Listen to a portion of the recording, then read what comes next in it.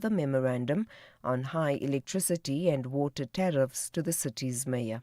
Now we are saying that the people of the Western Cape are unhappy about what's happening in our province and our city. Hence the call for members to come in the numbers to support the call of COSATU to protest against what's currently happening. Deputy President Paul Mashatile will today embark on a working visit to Senegal, where he will attend an investment forum. The gathering is dedicated to promoting trade and investment through connecting the world's business communities. Mashatile will also meet with the Prime Minister Ousmane Sonko with the aim of strengthening the existing bilateral relations between South Africa and Senegal. And finally, US President Donald Trump believes there is a very strong chance of reaching a lasting deal to end the war in Gaza. This as talks between Hamas and Israel start in Egypt. Trump is widely seen as having a good deal of influence over the talks. The BBC's Barbara Platt-Usher has the details. They're not guaranteed to succeed, but the reason they're happening is because of him. He's the one who's pushed them. Both sides take him seriously. From the Israeli side, he's probably the only foreign leader who can influence Prime Minister Netanyahu. Mr. Trump is seen as a very pro-Israel president. On the Arab side, they feel he's come towards their positions with his plan, and he's their best bet. So they've really been pressing Hamas to accept the deal and to work with the deal. Recapping the top story, KwaZulu-Natal Police Commissioner Nhlanhla Mkhwanazi is set to appear before Parliament's ad hoc committee today.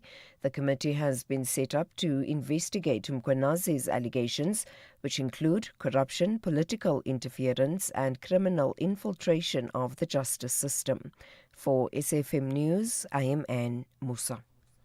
It's a very good morning to you. In your SFM sports headlines, cricket action at the Women's World Cup, and it's the Proteas women bouncing back, beating New Zealand.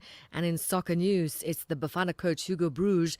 He's playing it cool ahead their must-win match against Zimbabwe and Rwanda in the week. We'll bring you the details just before 6:30. SAFM, guiding you through the rush hour traffic. Good morning. Let's kick it off in Joburg. If you're airport bound, you're heading out through Galulis, you got a flight to connect with this morning. There are some roadworks that are in place just out by Barbara Road, and that is quite a heavy backlog. So make sure you got time to get through that and get that flight on time. Roadworks overnight on the N3 north at Modderfontein in the process of being lifted. It is a little bit sluggish just north of Galulis. Interchange up through Edenvale, and a major delay north of Escort through to Van Rynens Pass on the N3 northbound. The road effectively closed down by a massive truck crash. A truck carrying live cattle is overturned by Tugela River. Either delay travel north of Escort or take the Bergville exits if you know what you're doing, and just keep yourself moving through that region. Looking okay around Cape Town this morning. No major problems on the highway, although the N2 is starting to build up as you come through towards the Langa area. Just between the airport and Jan Smuts Drive, looking slow. With your traffic updates, I'm Rob Byrne.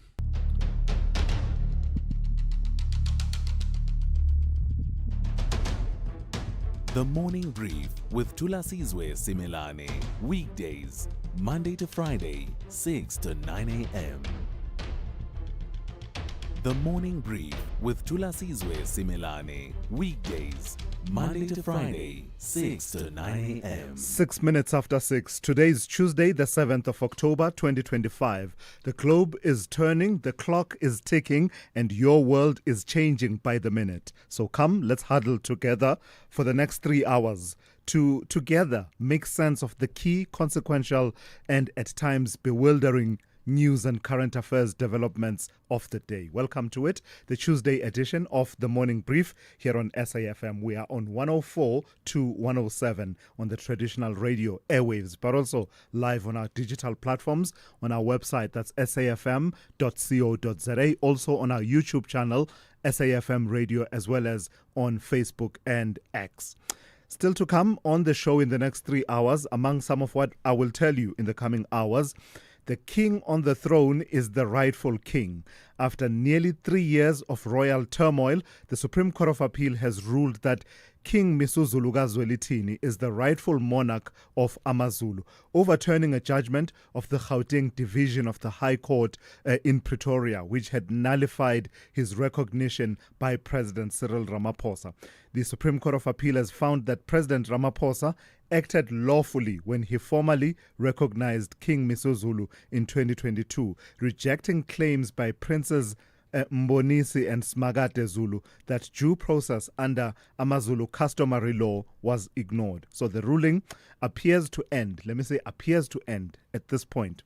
It ends a protracted legal and political battle that has divided the royal household and drawn in national leaders. You're hearing, of course, from the royal family in the wake of that judgment, who are calling for unity and saying that this is not a time for celebration or division, but for the healing and reconciliation of AmaZulu under His Majesty's leadership.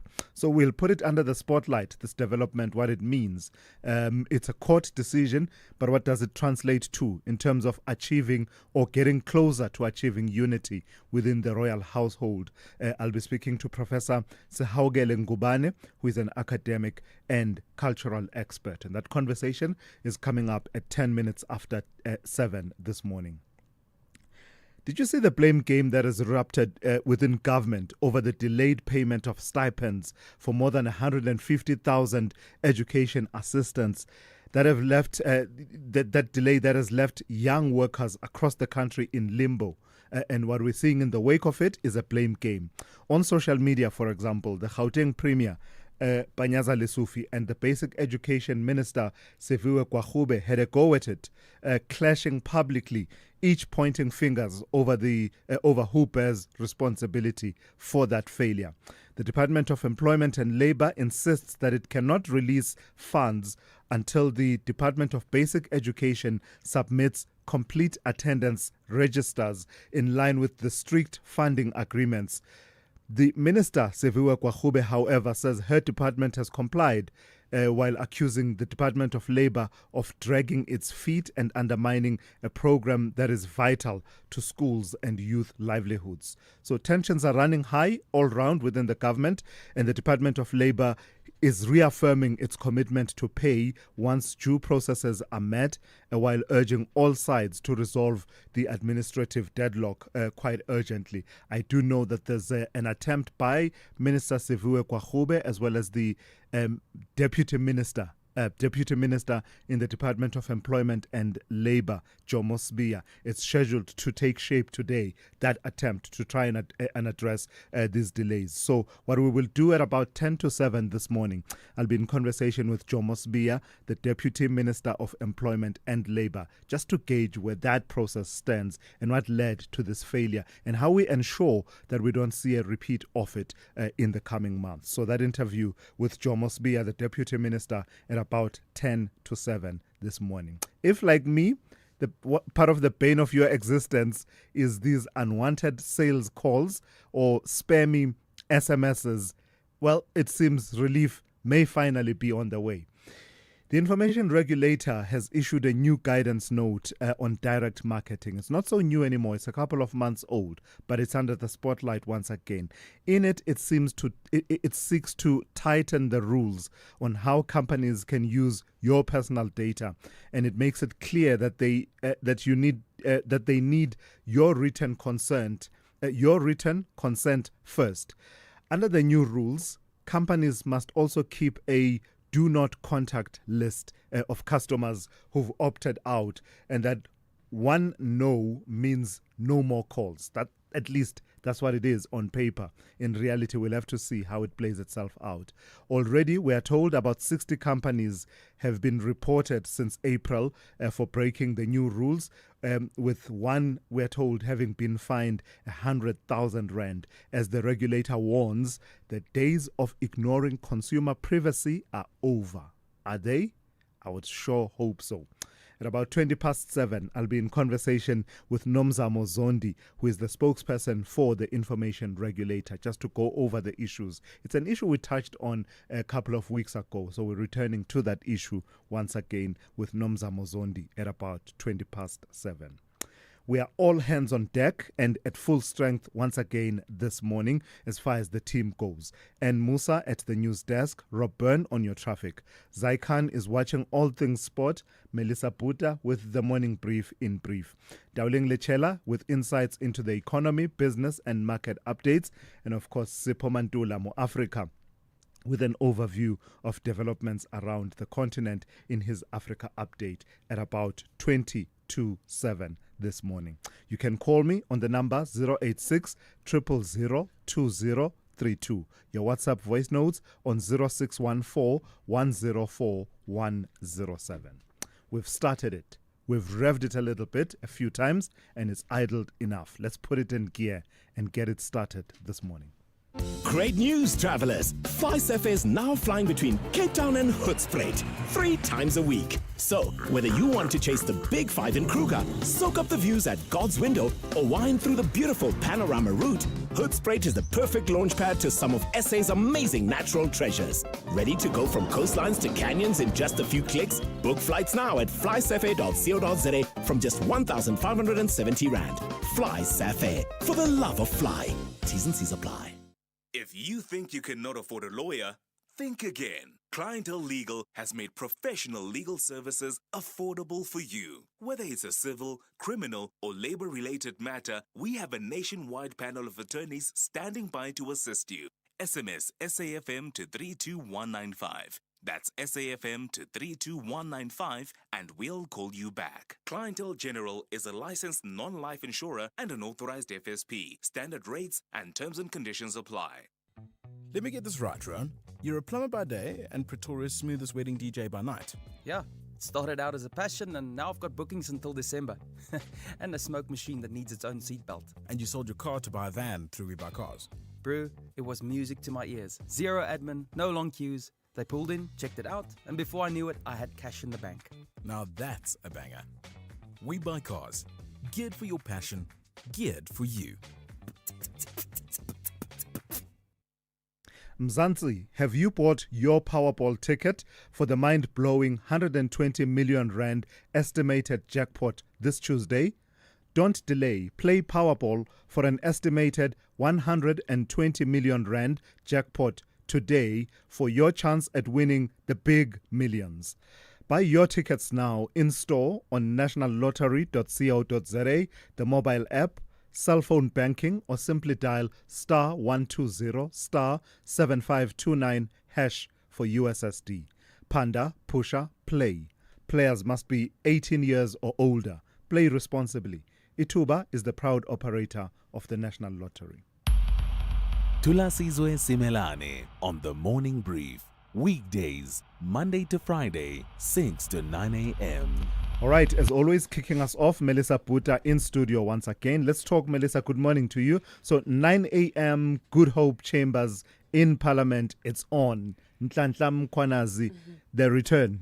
Yes, good morning, Thulasizwe. The ad hoc committee investing allegations by the SAPS KZN Provincial Commissioner Lieutenant General Nhlanhla Mkhwanazi will begin its hearings today at 9 a.m. in Good Hope Chambers Parliament. The first witness, of course, will be Mkhwanazi himself. Mkhwanazi met with evidence leader advocate Norman Arendse on Monday to finalize, it was a final consultation, rather, before his testimony today. He is set to give evidence over 2 days, with the committee taking a different approach than the previous Madlanga Commission. The hearing will be open to the public and the media and live streamed on Parliament TV, YouTube and Twitter. So we all look forward to see what he will reveal in this. It will be interesting to see how different the approach is and what it yields that didn't come out at the Madlanga Commission.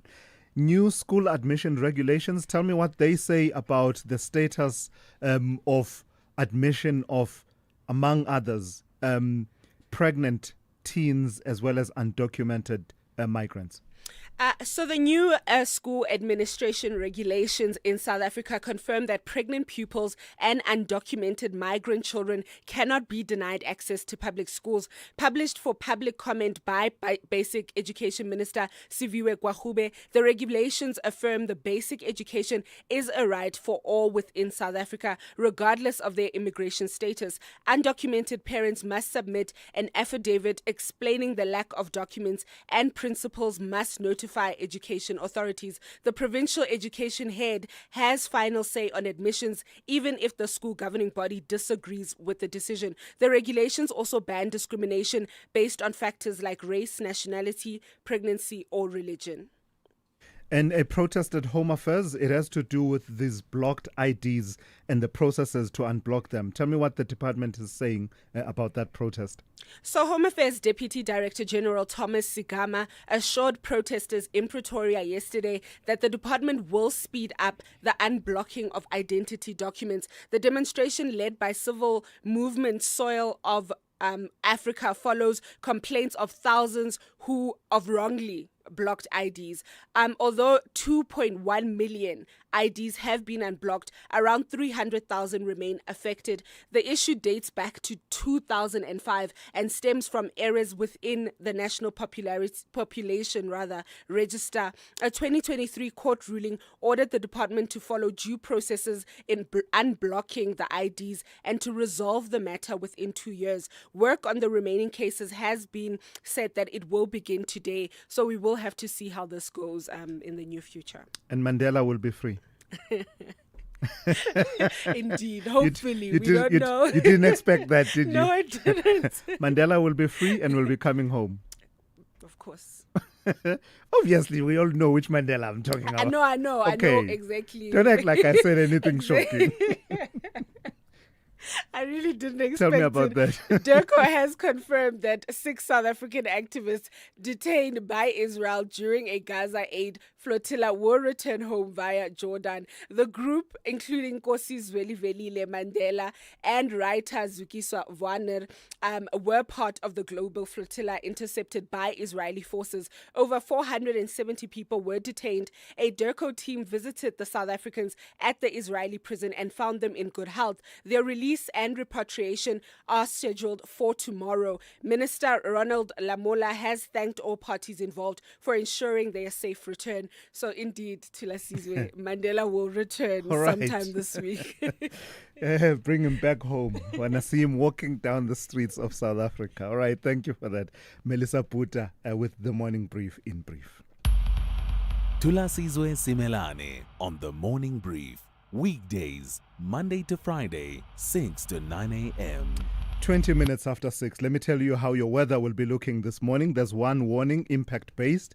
It's a yellow level 2 warning. It says severe thunderstorms leading to localized flooding of susceptible roads, low-lying areas and bridges, minor vehicle accidents due to slippery roads and poor visibility, localized damage to settlements and infrastructure, and large amounts of small hail or large hail over an open area. Those conditions are expected over the central parts of Limpopo. The rest of your weather looks like this. Pretoria will be partly cloudy with isolated showers and thunder showers in the afternoon with a minimum of 15 and a maximum of 29. Johannesburg, fine 14 to 26. Vereeniging, fine 12 to 27. Mbombela, partly cloudy with isolated showers and thunder showers, 11 to 28. Polokwane, partly cloudy with scattered showers and thunder showers, 18 to 31. Mahikeng will be fine with a minimum of 16 and a maximum of 31. Bloemfontein will be fine with a minimum of 4 and a maximum of 26. Kimberley, fine 7 to 27. Uppington, fine 13 to 27. Cape Town, partly cloudy, becoming fine in the evening, 13 to 18. George, partly cloudy, becoming fine in the afternoon with a minimum of 10 and a maximum of 21. Gqeberha, cloudy in the morning and evening, otherwise fine, 14 to 23. East London, Fine becoming partly cloudy in the afternoon, 14 to 21. Durban, cloudy in the morning, otherwise partly cloudy, 18 to 22. Richards Bay will be cloudy in the morning, otherwise partly cloudy, 19 to 24. And lastly, Pietermaritzburg will be cloudy with fog in the morning, otherwise partly cloudy, 11 to 25. Spring is in the air, meaning it's almost time for the 10th SA Garden Day on Sunday, the 12th of October. Celebrate the day with a garden party, lunch under the trees, or cake at a community garden, and invite your friends, family, or neighbors to enjoy your garden with you. Visit gardenday.co.za for inspiration and share pictures of your celebration on social media with #GardenDaySA. SA Garden Day, Sunday, the 12th of October. If you think you cannot afford a lawyer, think again. Clientele Legal has made professional legal services affordable for you. Whether it's a civil, criminal, or labor-related matter, we have a nationwide panel of attorneys standing by to assist you. SMS SAFM to 32195. That's SAFM to 32195 and we'll call you back. Clientele General is a licensed non-life insurer and an authorized FSP. Standard rates and terms and conditions apply. 80 years of innovation, and we are just getting started. The CSIR, an entity that falls within the Ministry of Science, Technology and Innovation, together with the global sustainable technology and innovation community, presents the CSIR at 80 GISTIC Conference in Pretoria from 8 to 10 October. Held under the theme Science, Technology and Innovation for a Sustainable Future, the conference brings together global change makers shaping solutions for a sustainable future.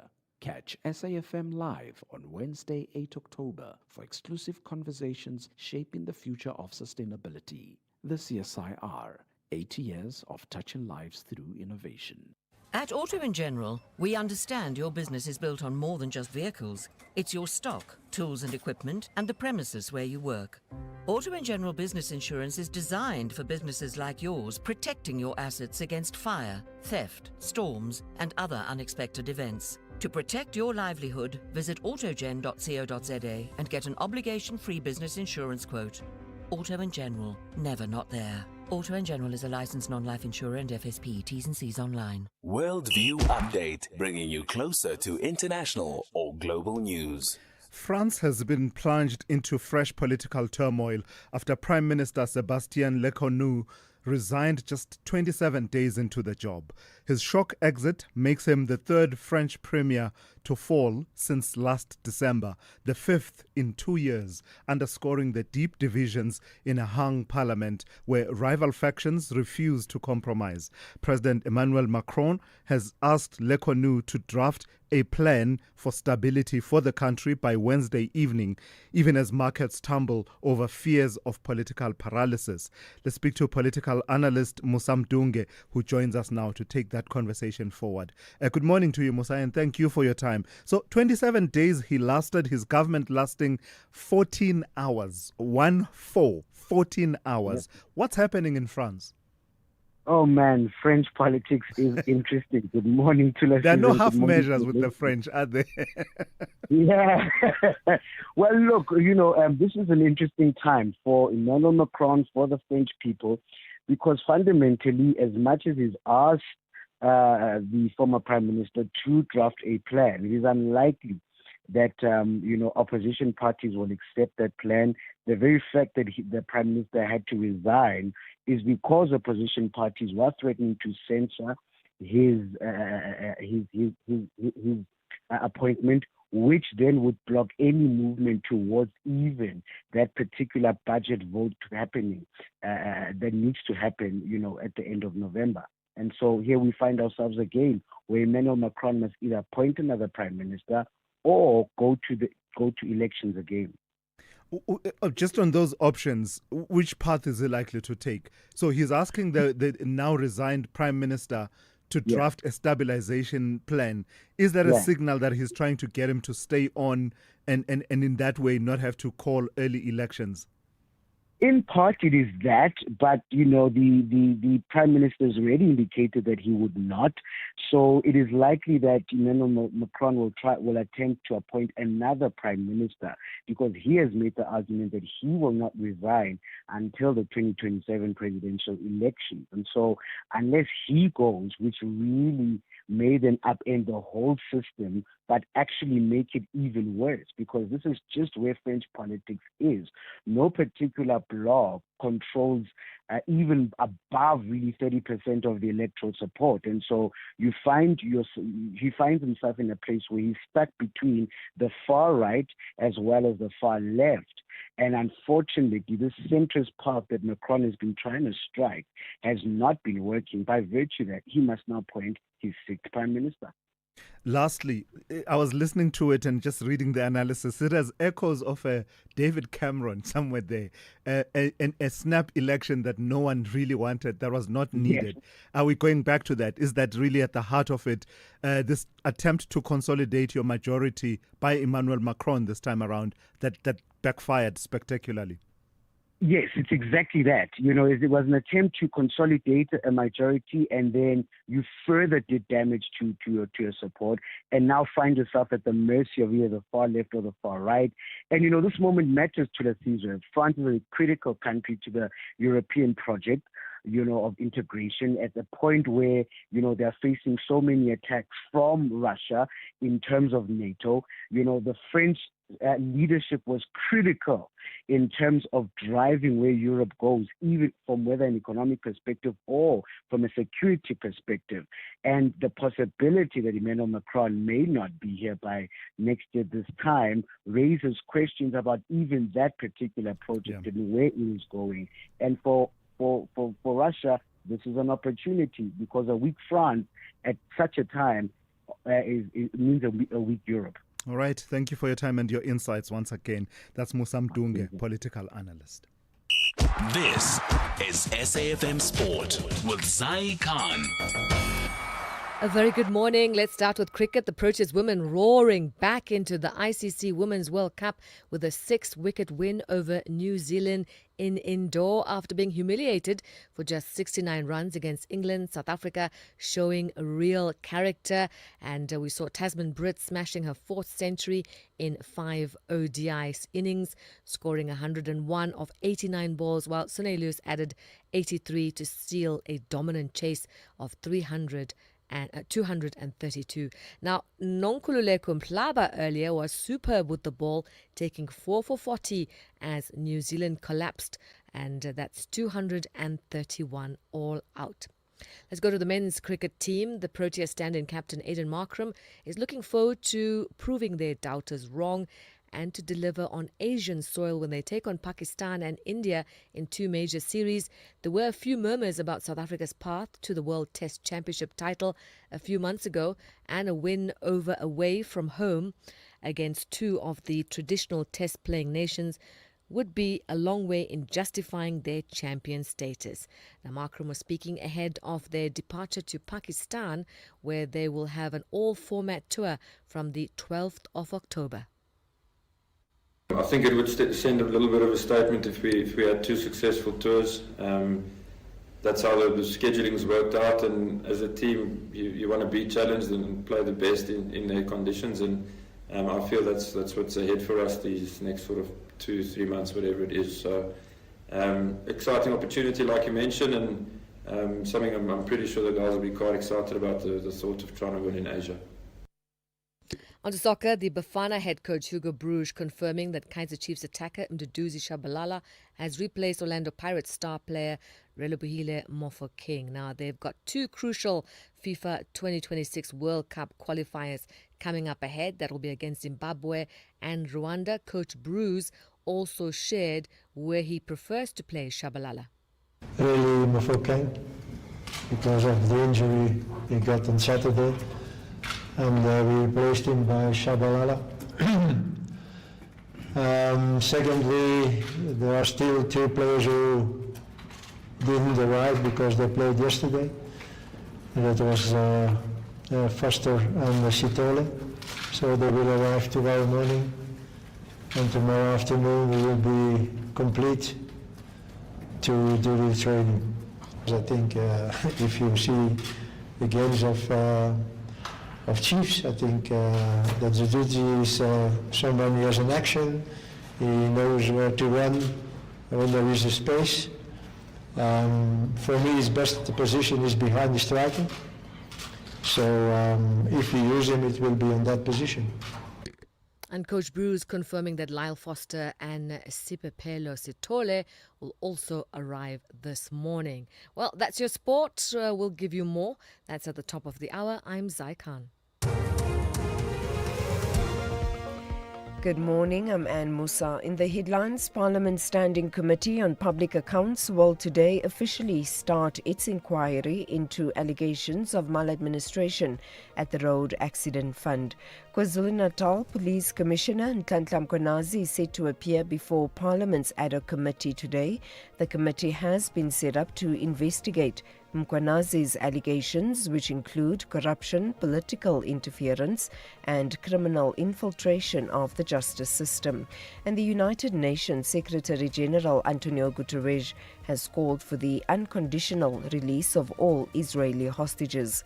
I'll have details on these and other stories at 7. SAFM, guiding you through the rush hour traffic.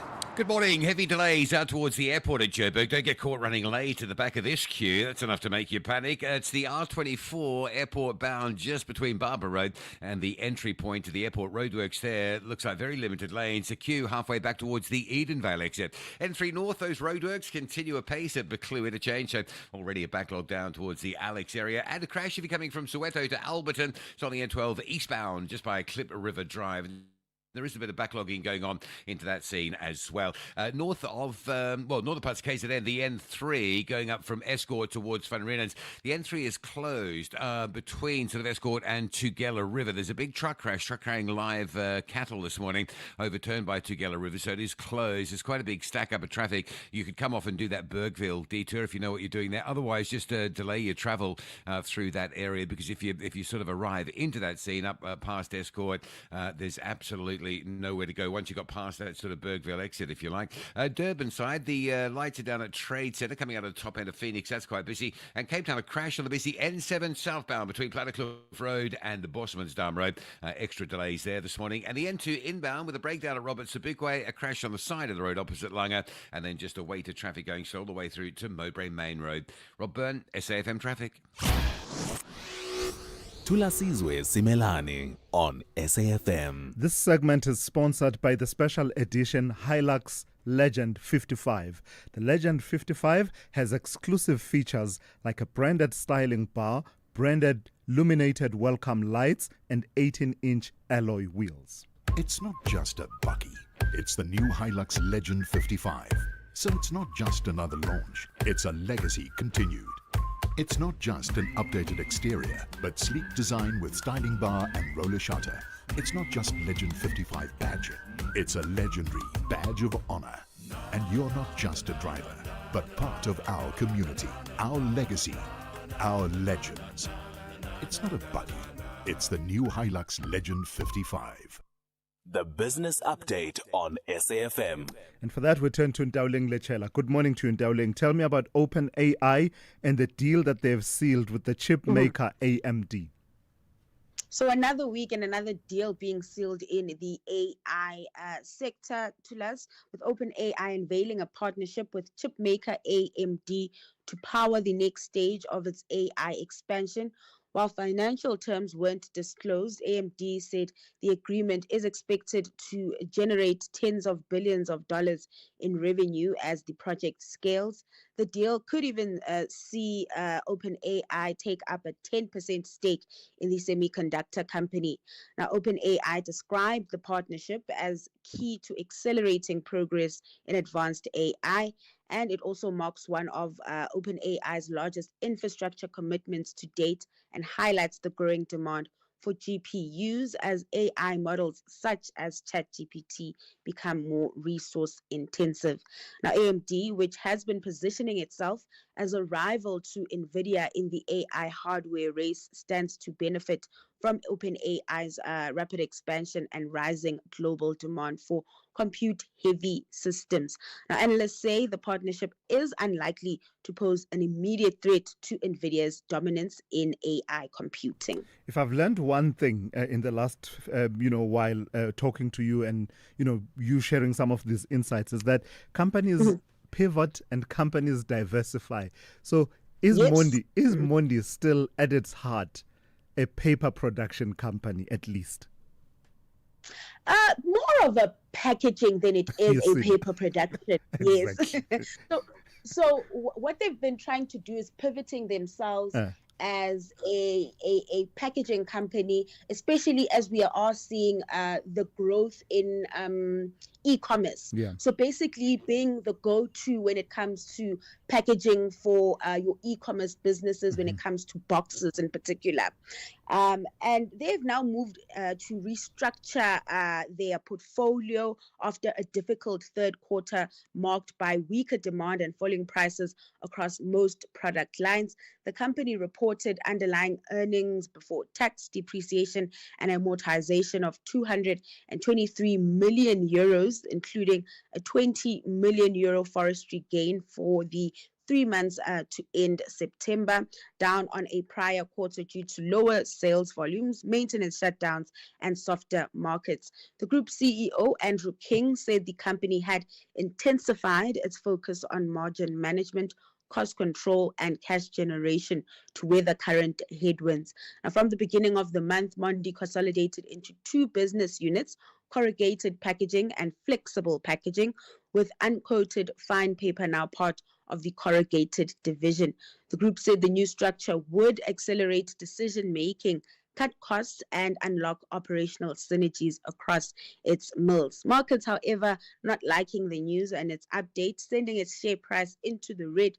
It shed over 16% in yesterday's trading session. All right, recap for us how we closed yesterday and how we're looking this morning. So starting in Wall Street, stocks mostly in the green, with traders' big bets on AI outweighing concerns associated with the government shutdown. And with that, we saw the tech-heavy NASDAQ leading the gains in the States, up 0.7%. Back at home, the all-share index breached the 110,000-point mark for the first time in the JSE's history, after having broken through 100,000 points about 2 months ago. It did, however, retreat towards the end of the session, but still closing in the green, up 0.13%. The rand also remaining strong, sitting at 17.17 to the greenback this hour. And then over in commodities, oil prices have steadied, with crude trading above $65 per barrel this morning. All right, darling, thank you for that. We'll catch up with you in the second hour of the show, just after 7:30. The Morning Brief with Thulasizwe Simelane. For 55 years, Hilux has conquered South Africa's toughest terrains. Now there's a new legend in the Hilux family, and it's not a bakkie. It's the new Hilux Legend 55. Thulasizwe Simelane is streaming live now on Facebook, YouTube, and X at SAFM Radio. Africa Update on SAFM. For that, we turn to Advocate Sipho Mantula. Raz, good morning. Let's start in Madagascar. Gen Z protests continuing there, and the president is turning to one of the army strongmen. Thulas and Jumbo Africa to the listeners. Thulas, Andre Rajolina yesterday said that with his wisdom, he have decided to appoint General Rafina Fortunat Dimbizua Safio Sambo as the Prime Minister of the government of Madagascar. The Gen Z Mother now is a new name to us, Gen Z being Mother Madagascar. They are still calling for the president to resign, but president, it seems, he has appointed this military man who hails from the area of Thulas that he went for training in Antirabe Military Academy in 1991 before receiving his second military training in France. So this is the man that when he was appointed yesterday, he was commanded that he must serve the people and be someone clean, with integrity, and he must work quickly. But like I said, the young people, they were on the street yesterday, Thulas, it is now the university students and unemployed residents who are now calling for the resignation of the president of Madagascar. And tell me about the conviction that has come through from the ICC, the International Criminal Court, in relation to what's been happening in Darfur. Thulas, this is what they call the first ever sentencing of violence that is related to Darfur between 2003-2004. Ali Mohammed Ali Abda Al-Rahman, also known as Ali Kushab, was found guilty of 27 counts, Thulas, of war crimes and crime against humanity. Sentenced to Thulas there will be a sentencing now at the mitigation level, but others are looking this as a lesson, but others are saying it's a rare moment of justice, but a reminder of a long road ahead for accountability in Sudan. As you are still speaking to us, Darfur, it is still plagued with wars and conflicts going on, atrocities and famine. But this judgment, it came after this trial began in 2022. To us, 56 witnesses testified against Ali Kushab, who denied 31 charges to us. Initially, there were 31 charges. He was leading the Janjaweed militia forces in Darfur. And in Malawi, President Mutharika's government is taking shape, is it? Thulas is very quick. The only president who delays to appoint cabinet is Muhammadu Buhari. It will take 3 months to 4 months to appoint the cabinet. Professor took only 2 days, Thulas, after his inauguration on yesterday, appointing the former economist and the former banker, Joseph Moana Veka, as the Minister of Finance. He has been there before, 2016 to 2020. Foreign policy, George Chapondo, returning to that, meaning continuity. And also in the security cluster, Lieutenant General George Jafu being the head of the Malawian Defense Force, and Richard Luhunga as the new police chief. It seems that Thulas is under pressure now to resuscitate the ailing economy of Malawi. Hence, he had to appoint what they called a partial cabinet to bring back experienced figures to tackle the challenges that are facing the long way. All right, lastly, Sipho, in your historical archives, let's go all the way back to the 7th of October, 1931. What happened? Thulas, he will have been 94 years old. The late Archbishop Emeritus Mpilo Desmond Tutu, born in Matlosane, they call it Klerksdorp, Thulas, the then Transvaal, now Northwest Province, a former Secretary General of the South African Council of Churches, a Nobel Peace Prize winner, first black bishop of the Church of the Province of Southern Africa in Cape Town. And Thulas, you will recall, he was the chairperson of the TRC. There was a lot about Desmond Tutu, if you have to think about it, being a lecturer at University of Botswana, Lesotho, Swaziland. His favorite meal, Thulas, they say to us, he loves samosa, the bishop, marshmallows, fat cakes, and yogi soup. He wake up every morning at 4 o'clock, Thulas. Before he wakes up to do an early morning walk, he will pray, and he will do all those aspects. And I think the last quote, Thulas, I don't know whether you will remember his last quote when he was mentioning during the TRC, when he won the abuse of power. He says that yesterday's oppressed can quickly become today's oppressors. We have seen it happen all over the world, and we should not be surprised if it happens here. He was a man who will speak from the cuff, conflicted with Tata Mandela at some point, but Mandela sent him 30 years ago to meet with Sani Abacha to release Mushudi Abiola and Obasanjo. He went to Kigali also in 1995 to pray for more than 10,000 people just after the genocide of Rwanda. And finally, the Israel-Palestinian conflict, Thulas, he spoke about the two-state solution. He met with the late Yasser Arafat in Cairo. He has spoken a lot, linking the Israel attitude to the Palestine as an apartheid regime. And those are the memories that we can recall with Ate Mpilo, Desmond Tutu from Matlosane, Klerksdorp. Asante sana Thulas, so still in your conversation, SAFM observing the cyber security month. All right, Sipho, thank you for that. That's Sipho Mandula with your Africa update there. Stay on top of all meaningful, top trending stories right here on SAFM. Leading the conversation. 14 minutes to 7. So a blame game has erupted in government over the delayed payment of stipends for more than 150,000 education assistants, leaving young workers across the country in limbo. On social media, you will have seen Gauteng Premier Panyaza Lesufi and the Basic Education Minister Siviwe Kwagube clashing publicly, each pointing fingers over who bears responsibility. The Department of Employment and Labour insists it cannot release funds until the Department of Basic Education submits complete attendance registers in line with strict funding agreements. So let's talk to the Deputy Minister of Employment and Labour, Jomo Sibiya, who joins me now to take that conversation forward. Good morning to you, Deputy Minister, and thank you for your time. How did we get here? Good morning, Thulasizwe and the listeners of SAFM. Thulasizwe, I must say it's regrettable and unfortunate that we are here today and we have to discuss such a matter in a manner that we have to discuss it, which is not progressive and assisting. One, I'm not going to go into the infighting or finger-pointing game for now because I think what is important is for us to deal with the situation at hand and make sure that the teacher assistants who haven't been paid until this day are paid urgently and quickly.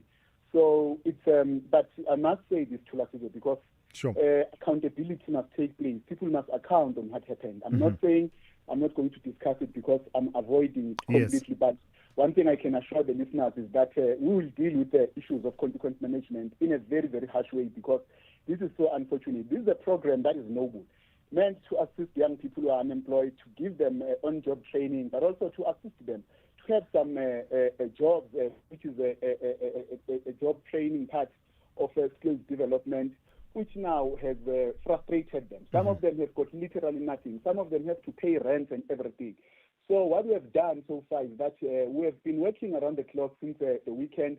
But yesterday we called an urgent meeting at night with the Minister of Basic Education, Mr. Kwagube, to deal with this matter and get the briefing on the progress that has been made because we've been in contact the whole weekend and the beginning of this week. So we met with the DGs and the technical teams from the departments, from Department of Employment and Labour, Basic Education, but also UIF, which is part of Department of Employment and Labour, an entity that is holding these funds that are funding this program because the program is funded by the department. So also IDC. IDC is the one that disperses this money to the beneficiaries this time around, which is the teacher assistants. So there are those who dropped the ball along the line.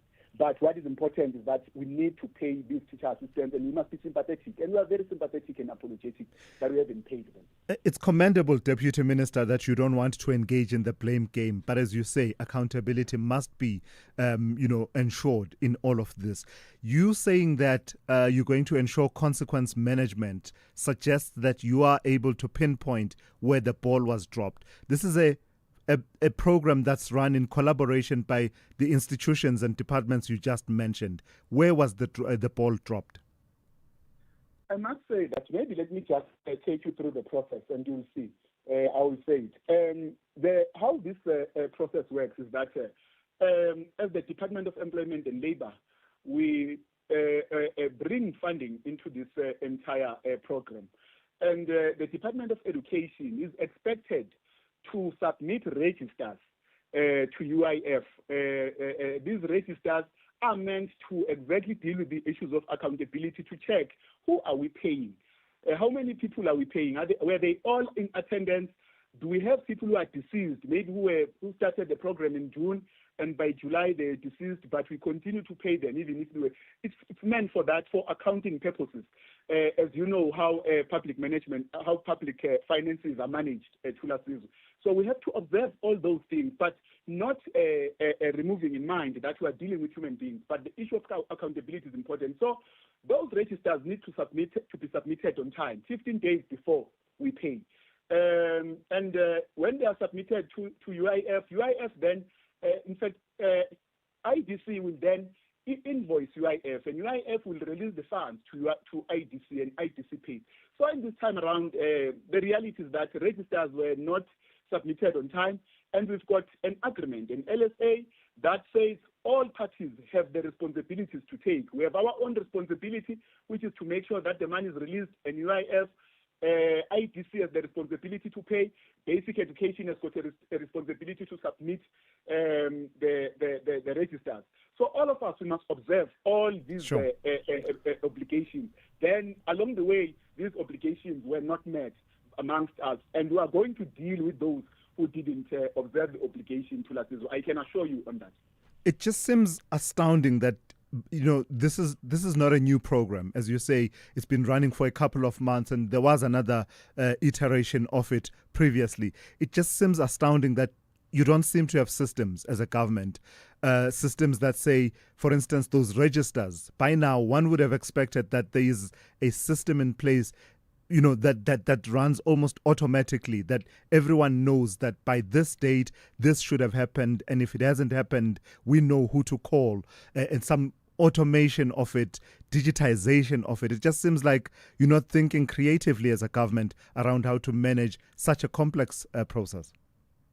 Yeah, Thulasizwe, I'm not speaking on behalf of the Department of Basic Education, but I know that they started implementing a biometric system, whereby some schools, I'm told, couldn't implement it on time, but also there is a new system that they've implemented currently that they are using for exactly to deal with the issue of registers, which is a quantum payment system.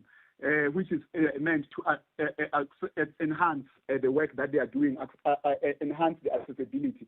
So the reality is that maybe there were glitches which are unfortunate, which are regrettable, which cannot be acceptable as well. So I think that is where the challenge might be. But all of us who are looking at the matter, and I agree with you, this is not the first time. It's a presidential program which President brought to intervene, to assist young people.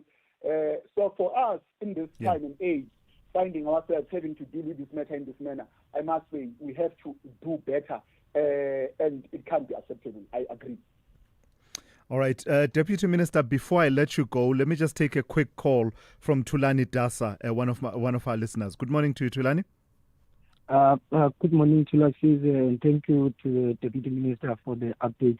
But this is very painful, Thulasizwe, because I've been getting calls from people in the Western Cape and people here in the schools around the Western Cape.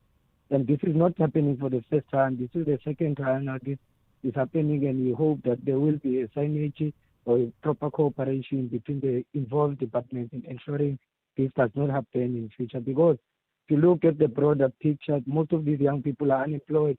They travel long distances. They have to take buses, they have to take trains to get to work. But at the end of the month now, they can't pay their rent, they can't commit to some of their commitments. It's very disheartening that the government of the day is doing this to the young people whom are the future of this country. I thank you. All right, Thulani, thank you for that. Deputy Minister? I agree with him. I can't disagree with him. He's correct. Yes, this is regrettable, but I can assure you, Thulasizwe, and him and the listeners that we are turning this around. It won't happen again. As I'm speaking to you, I can assure the teacher assistants that I don't want to give an actual date. By this afternoon, Thulasizwe, or tomorrow morning, I'll give you the actual date. But one thing I can assure you is that it won't be before the end of this week. All right. They'll get their money. But we are cooperating. It's true that if government doesn't cooperate and we work on silos, we'll have a challenge. We are cooperating with the Minister of Basic Education. We are resolving the matter urgently because this is not for us, but it's about young people who are from rural areas and everywhere in the country that needs to be paid and deserve to be given what is due to them. That one, we are on it. And the government of the day is committed to them. All right. Thank you for that. Deputy Minister of Employment and Labour, Joe Mosbia, there weighing in on that issue that has really dominated conversation to a certain extent, the non-payment or the delays in payments, non-payment of teacher assistants in many parts of the country. SAFM, guiding you through the rush hour traffic. Good morning. Two heavy highways around Joburg. One is the N3 North. The roadworks continue at Buccleuch, so getting up from Limbro Park, that's already heavy. Roadworks on the R24 towards the airport.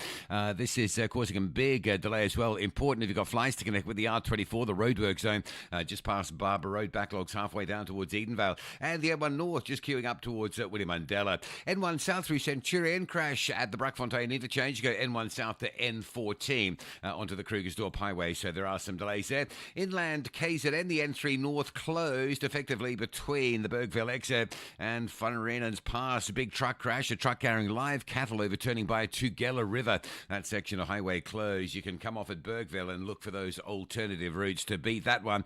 Cape Town crash on the N2 inbound before Bunga Avenue at Langa. That's slow from the airport. And a crash on the N7 between Plattekloof Road and Bosmansdam Road, slowing traffic heading south in towards that Edgemead and Century City exits. With your traffic update, I'm Rob Byrne. Call Thulasizwe now, 086 000 2032. Yeah, quick reaction then to the story we just covered now, the non-payment of teacher assistants, education assistants, and the blame game that has ensued, as well as what the Deputy Minister of Employment and Labour, Jomo Sibiya, has said about the attempts to resolve that issue. Good morning to Thulasizwe, good morning to the SAFM listeners, and thank you very much for bringing the Deputy Minister of Employment and Labour, Mr. Jomo Sibiya. I hear his explanation, however, it's still not acceptable. What happened should be avoided at all costs. You can't go to work and work, at the end of the day you don't get paid, and then you are told about the issues of operationals, which are supposed to be solved or resolved there at an operational level. Sewanele Pretoria. Good morning, Pratulas. Mbongo Mboyisa Sondisa. Yeah, Pratulas, can the Amazulu late king please unite and stop this nonsense of taking each other to court?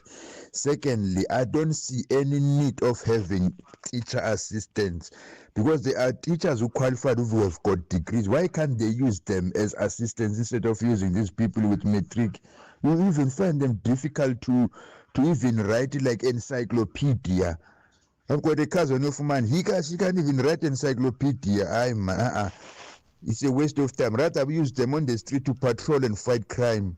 Yeah. Mbongo, I don't know how to respond to what you are saying. It's part of the employment creation programs of government, given the scale of the youth unemployment situation that we face. So think youth unemployment, and usually those people at a certain level of qualification, varying degrees of education, right?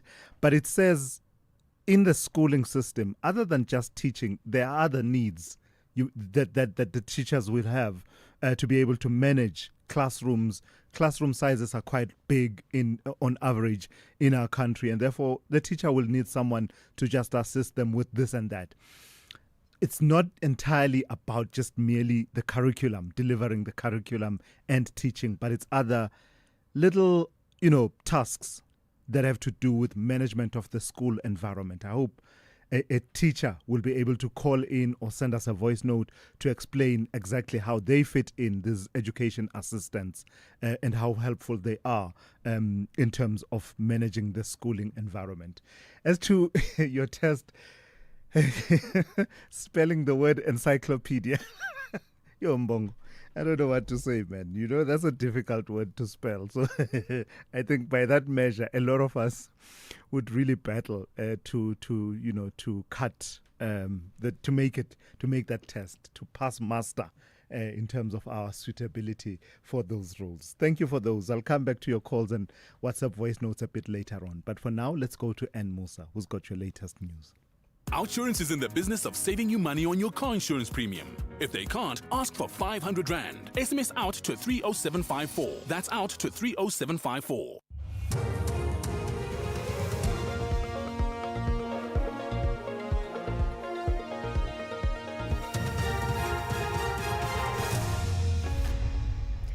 In our top stories, Scopa inquiry into financial matters at the Road Accident Fund, and UN chief calls for the release of all Israeli hostages. Good morning.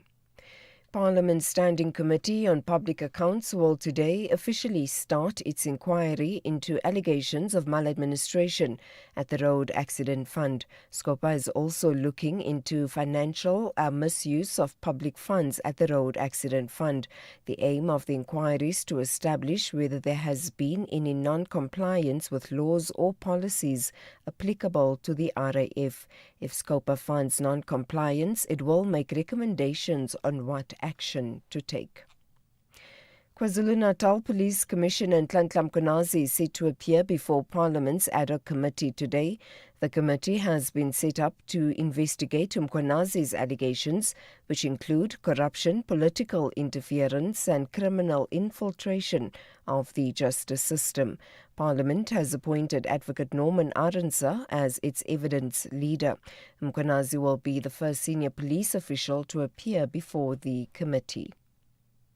The ANC in the Northwest says businessman Brown Mokgotzi's party membership expired in 2020. This is despite him saying he's an ANC member in good standing. Mkhwanazi has accused him of meddling in police affairs, having a criminal past and strong links with political figures. Mokgotzi says he's ready to appear before the Madlanga Commission of Inquiry as well as the Parliamentary Ad Hoc Committee. ANC Provincial Secretary Louis Dirimelo says Mokgotzi's party membership has not been renewed. We can confirm that Mr. Brown Mokgotzi was a member of the ANC until 2020. His membership expired in 2020 and the ANC recruitment policy says once your membership expires, you must renew it within a period of 1 year. If that membership is not renewed within a period of 1 year, you cease to become a member of the ANC. Therefore, we can confirm here now and say Mr. Brown Mokgotzi, he is not a member of the ANC. His membership has expired a long time ago. We have letters we can confirm from the branch as the basic unit of the organization that he is not a member of the ANC. The United Nations Secretary-General Antonio Guterres has called for the unconditional release of all Israeli hostages. He has also described the humanitarian catastrophe in Gaza as being on a scale that defies comprehension. Showan Bryce Peace reports. Guterres called the Hamas-led attack on Israel 2 years ago abhorrent and urged that the day be used to remember all those who were killed and suffered horrific violence. He also called for an end to civilians paying with their lives and their futures, while welcoming US President Donald Trump's peace proposal as an opportunity to bring the tragic conflict to an end. The UN chief said a permanent ceasefire and a credible political process were essential to prevent further bloodshed and pave the way for a peace in which Israelis, Palestinians, and all the peoples of the region could live side by side in security, dignity, and mutual respect. And finally, an Eastern Cape-based educator has attributed her recognition to her professional commitment. Ntombuzuku Mkizwana received the African Union Continental Teaching and the AU Continental Awards for Excellence in Rural Teaching in Addis Ababa in Ethiopia. The 49-year-old deputy principal at the Nelson Mandela School of Science and Technology received a warm welcome from fellow educators after returning from the Pan-African Conference on Teacher Education. Mkizwana says her dedication has paid off. Looking back to what I have done for the sector, I'm not surprised. If you can remember what Madiba said in 1963, before he was incarcerated, he said, I have dedicated my life to the struggle of Africans. I have fought against white domination and I have fought against black domination. This is exactly what I've done. I've dedicated my life to education, particularly of the rural children. I have fought stigmas that are around rural education, that it's not better, or children will always get better education when they go to town. So I've reversed that stigma of urban education versus rural education. Recapping the top story, Parliament's Standing Committee on Public Accounts will today officially start its inquiry into allegations of maladministration at the Road Accident Fund. For SFM News, I am Anne Musa. Outsurance will go out of their way to try and save you money on your car insurance. If they can't, ask for 500 Rand. SMS out to 30754. That's out to 30754. You could spend 10 minutes trying to fix the office printer or get a 10-minute quote from OUTsurance that could save you thousands on your car insurance. For her 2025 Hyundai Exter, 65-year-old Helena now pays only 398 Rand a month. And for her 2024 Haval H6 4x4, 50-year-old Priya pays just 1,178 Rand a month. Ready to get more out of your car insurance? SMS out to 30754. That's out to 30754. OUTsurance, licensed insurer and FSP. TCs and information online. It's a very good morning to you in your SFM sports headlines. Let's go to cricket. Brit Century and Mplaba's magic is spinning the fire for the Proteas women. They are back to life at the World Cup. And in soccer news, Bafana coach Hugo Bruges is calm but firm as they chase a World Cup dream with must-win qualifiers against Zimbabwe and Rwanda. Details just before 7:30. SAFM, guiding you through the rush hour traffic. Good morning. Roadworks on the R24 out towards the airport. If you're heading out for flight connections this morning, you will hit some delays between the Edenvale off-ramp and Barbara Road. Quite heavy queues out that way. The N3 under pressure with a breakdown on the N3 north before Modderfontein. Delays coming up from Bedford View and then from Alex up to Buccleuch into the road construction work. Very heavy. Basically from Cement Factory all the way through to Buccleuch. It's pretty heavy. Crash on the N12 at Clip River Drive. That's heavy as well. From Uncle Charlie's area down through Xavier Street on your way towards Alberton. Big backlogs of traffic on that run through this morning. Durban, the R102 coming from Verulam down into Phoenix. That's quite heavy. Phoenix Highway out to Trade Centre looking very busy as well. Truck crash closing the N3 north approaching Tugela River. Off-ramp at the Bergville exit to keep yourself moving and avoid that Operation Stack. And Cape Town, a crash on the N7 going southbound between Plattercliff and Bosmansdam Road. Traffic parking back towards Dunoon. With your traffic update, I'm Rob Byrne.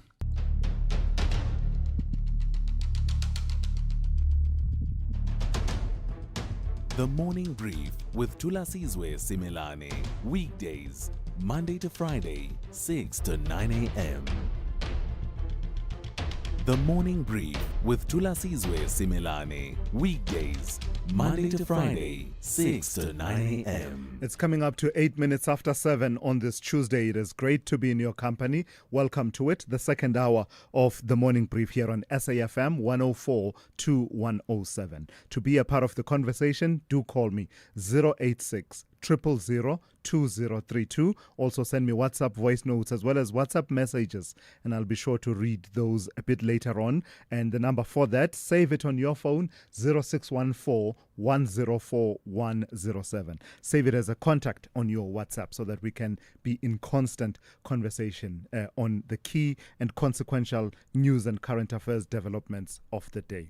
Coming up in this hour, in the next few minutes, I'll be in conversation with Professors Haugele Ngubane. We'll be reflecting on the outcome of the Supreme Court of Appeal in the appeal by President Ramaphosa and Amazulu King Misuzulu Kazwelithini, appealing an earlier decision of the Gauteng Provincial Division of the High Court in Pretoria, which had nullified President Ramaphosa's recognition of King Misuzulu as the rightful monarch of Amazulu. That has been overturned by the Supreme Court of Appeal, confirming King Misuzulu as the rightful monarch. But what are the implications for unity among Amazulu and especially among the royal household? I'll be speaking to Professors Haugele Ngubane in the next few minutes. And then immediately after that, we return to that conversation, the bane of my existence, unsolicited calls from telemarketers and messages and the likes. Nomzamo Zondi will be coming through from the information regulator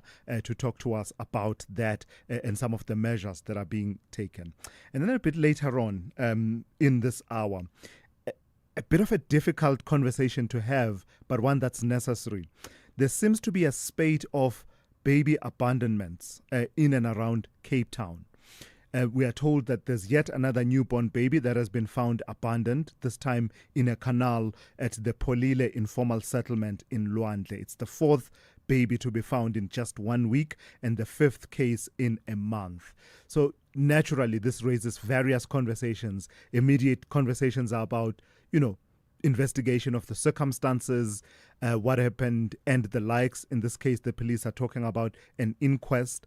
But beyond that, the socio-economic conversations, the psychological conversations, the social conversations is what we'll be talking to with my guest, who is Tahia Hassim, who is founding member of Baby Savers South Africa and founder and director of New Beginnings. So that conversation is coming up at about 10 to 8. But as I said, you can be a part of the conversation by giving me a call or sending me messages reflecting on these and other matters that may be on your mind this morning. With that said, then, let's get into it. The second hour of the morning brief on this Tuesday. This October month, SFM joins the world in breast cancer awareness. We bring you conversations that highlight the importance of early detection, survivor stories that inspire hope, and expert advice that could save lives. Together, let's spread awareness and support the fight against breast cancer. SAFM, leading the conversations that move us.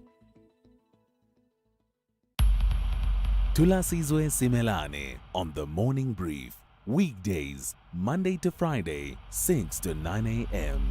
All right, so let's start the hour then. If you've been like me, groaning and grumbling, in fact, I'll come back to that story a bit later on, a bit lost in what I'm talking about.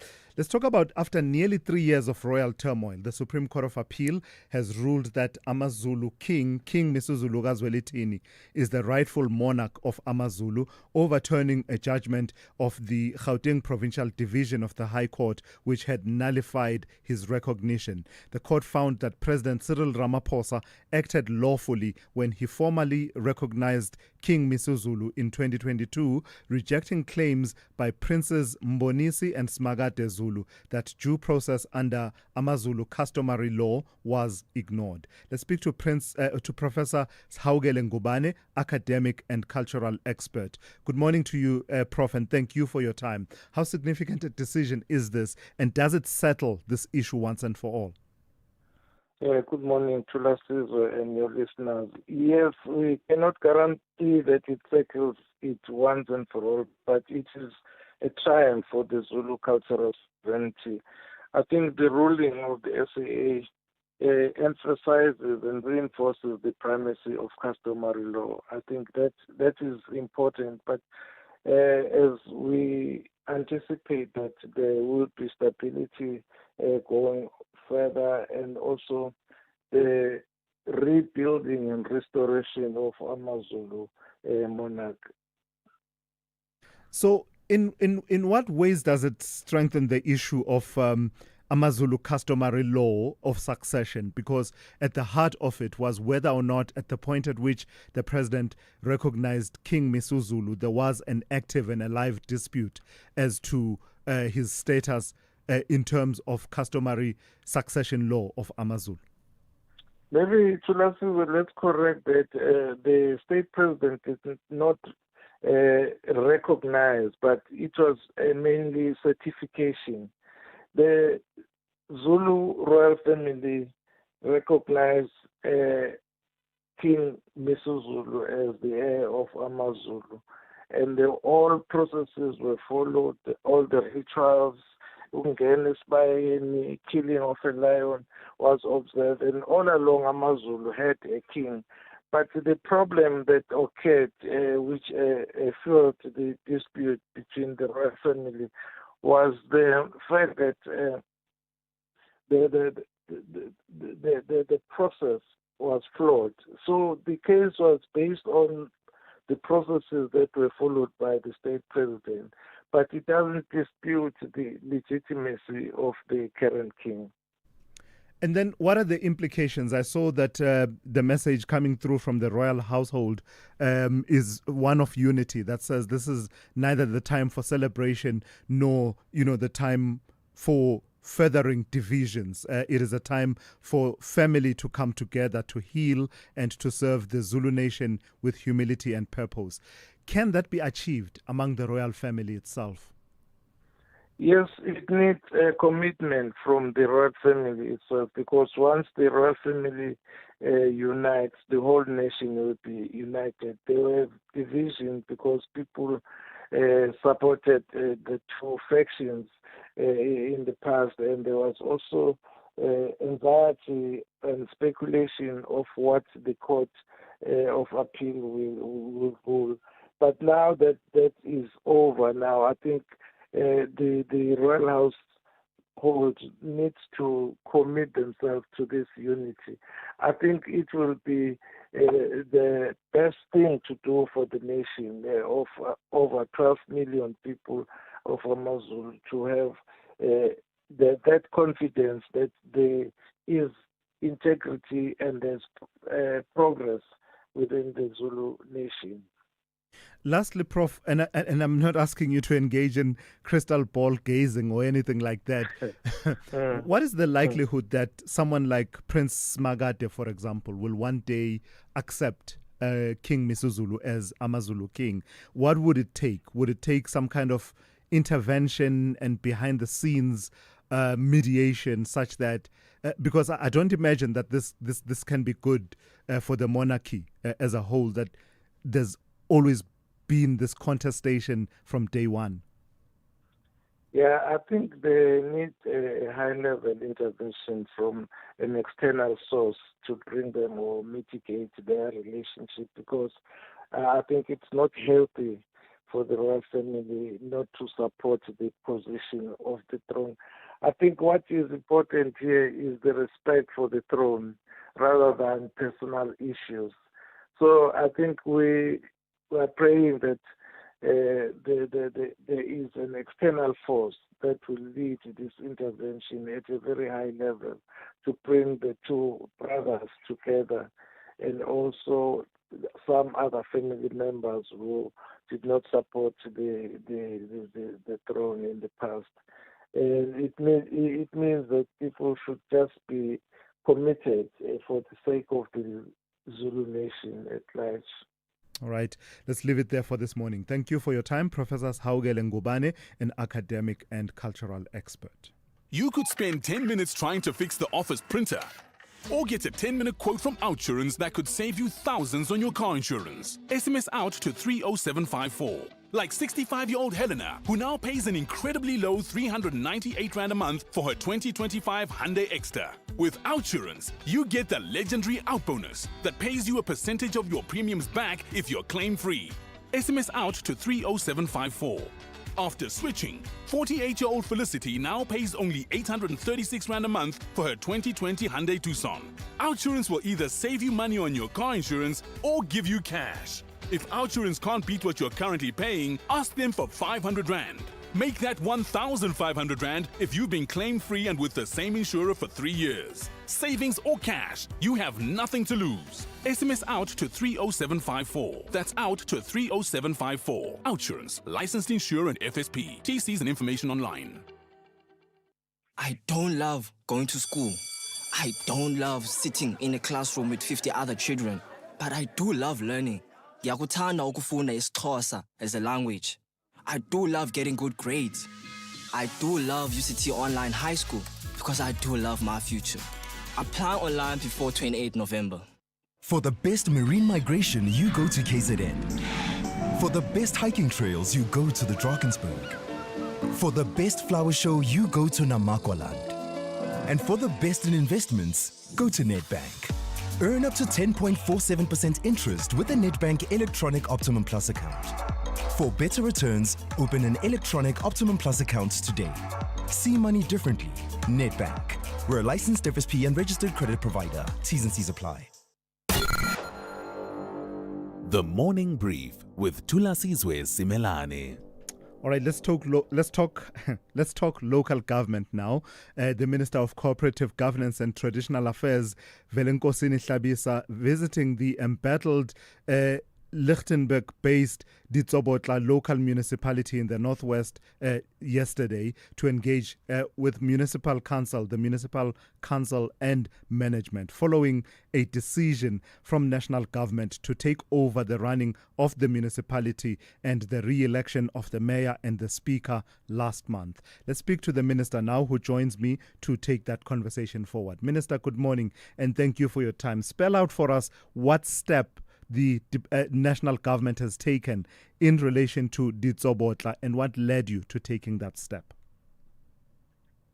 Good morning, Thulasizwe and the listeners of the SAFM radio station. Thulasizwe, in the beginning of September, the cabinet took a decision to place Ditsobotla under Section 139, subsection 7, whereby all executive powers were taken away from the council and the executive powers taken away from the mayor, and a new team introduced to take over the administration of the council. I went there on the 10th of September to communicate that decision, and on the 10th of September, I also gave them an ultimatum because there was something unusual in that municipality. There were 2 mayors, 2 speakers, 2 CFOs, and 2 MMs. We gave them 14 days that they must resolve the duplicate leadership. And good enough, they showed cooperation on the 23rd. Minister? On the 23rd of September, a new mayor was elected and a new speaker was elected. There is one center now that is holding in that municipality. Yesterday, I went there as an oversight visit to establish what has happened since the election of one mayor and one speaker. What was very interesting, Thulasizwe, there was fresh air in the municipality. Even the building looked better than what I saw on the 10th of September. And the spirit was good amongst councillors in the council chamber. On the 10th of March, even the mics were not working. We had to shout if you want to speak aloud.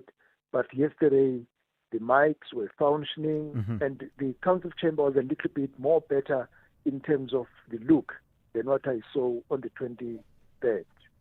But, Minister, in terms of placing Ditsobotla under administration, I read somewhere that this is the 9th time that this action has been taken. What will be different this time around? It is for the first time out of the 9th time where Ditsobotla was placed under Section 139, subsection 7, where not only one person is deployed, but a team. The financial experts, technical experts, and corporate services experts, it's a team of 6 people who are deployed there so that they can fix the municipality. It's a complete different intervention compared to the past. That is why, Thulasizwe, there was sharp division amongst councillors. But yesterday, there was a clearly demonstrated unity in a coalition government. The speaker comes from another political party, and the mayor comes from another one. And we went to the public. For the first time after a long time, the council going to public, the hall was fully packed. And we engaged with the public, and the public were so satisfied that at least it's time for them to get service delivery, because it has not been good what has been transpiring in that municipality for many years. And parallel to this intervention, Minister, I understand you are also, you've put together a task team that has to do with investigations of corruption, fraud, and what the DA in that area has called mafia-style governance of Ditsobotla. Tell me a bit more about that task team and the work that it's doing. That is also a new component in this intervention, that there is a multidisciplinary team of law enforcement agencies which are going to follow cases dating back in that municipality. And if nobody was arrested, they will have to ensure that people are arrested, executed, and given proper sentence. And that team, because it involves intelligence, I think I can only go and end there. They are going to uproot every road. As you rightly say, the mafia state operations will have to be brought to an end in that municipality. One good change, Thulasizwe, that municipality has not been submitting annual financial statements for the past 4 years. Yesterday, I was giving a report that all the past 4 years annual financial statements have been submitted to the Auditor General. That is a good positive move. Lastly, on Ditsobotla, Minister, before maybe if I still have time, zoom a bit out and place it in context of a system that's under crisis. But tell me a bit more about the comprehensive recovery plan that we are told has now been submitted with National Treasury.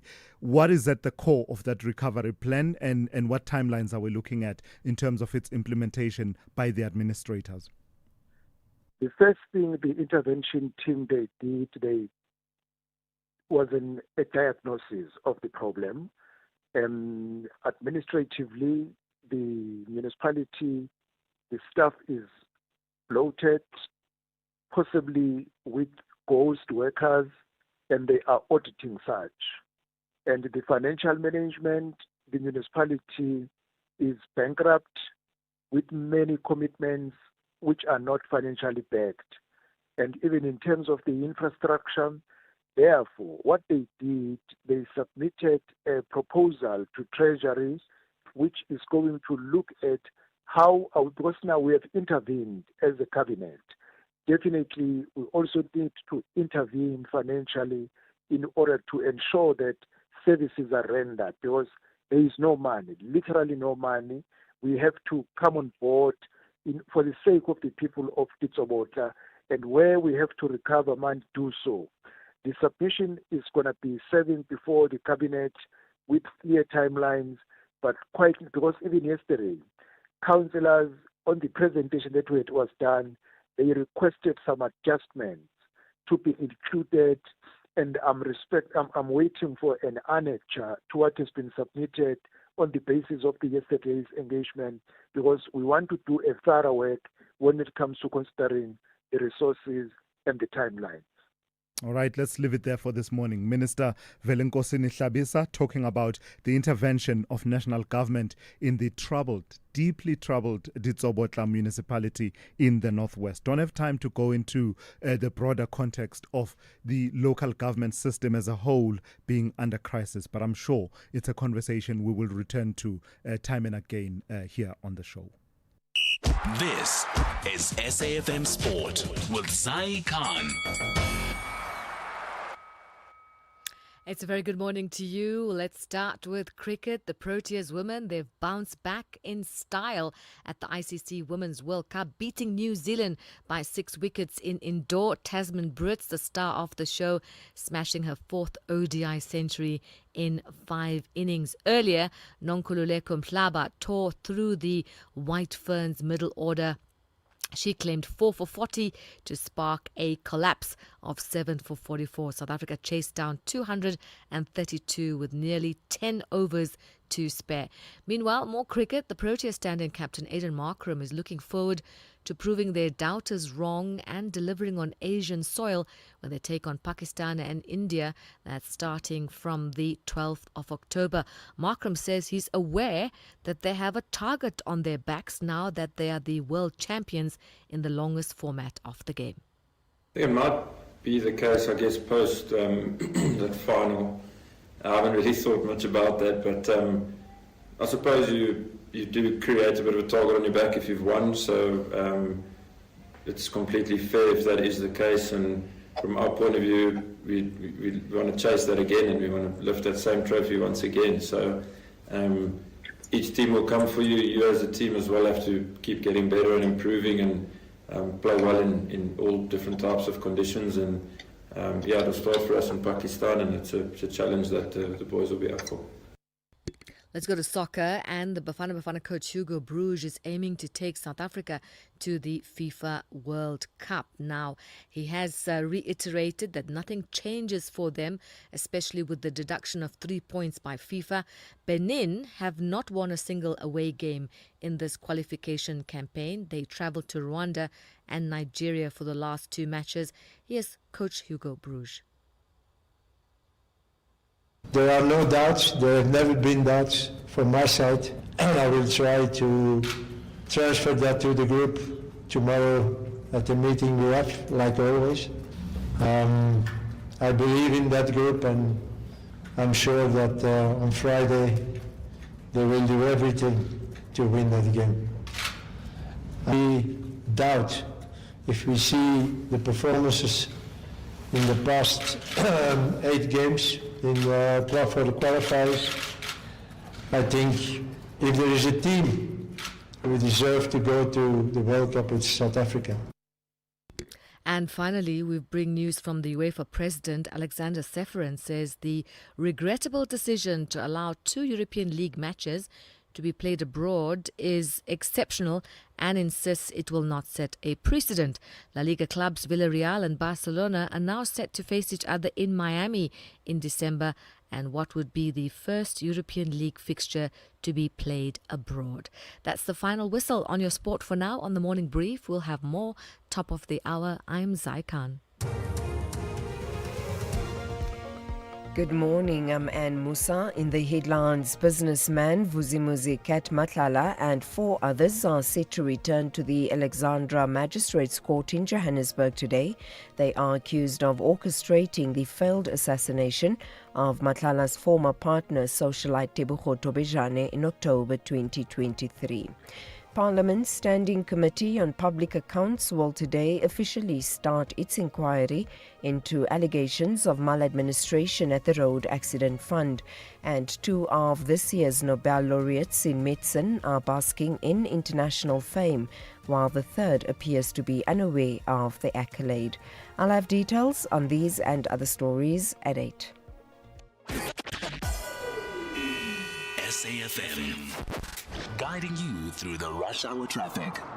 Very good morning. Heavy delay, southern bypass on Joburg's N12. This is crash scenes around Klip River Drive. Now, there are 2. There's one going from Soweto to Alberton at Klip River, and there's one going from Alberton to Soweto, just past Klip River. So very heavy backlogs both directions, particularly Alberton bound. But if you're Soweto bound, it's also pretty bad as well. Breakdown before Bayers Nordier on the M1 North. That's slow coming up from 14th Avenue. Roadworks on the N3 at Buccleuch are still there, and that's a heavy backlog from the Alexandra area again this morning. Route 1, Pretoria down to Joburg, not too bad, a little bit lighter, but there's still some queuing pressure. Brockfontein down towards Olifantsfontein.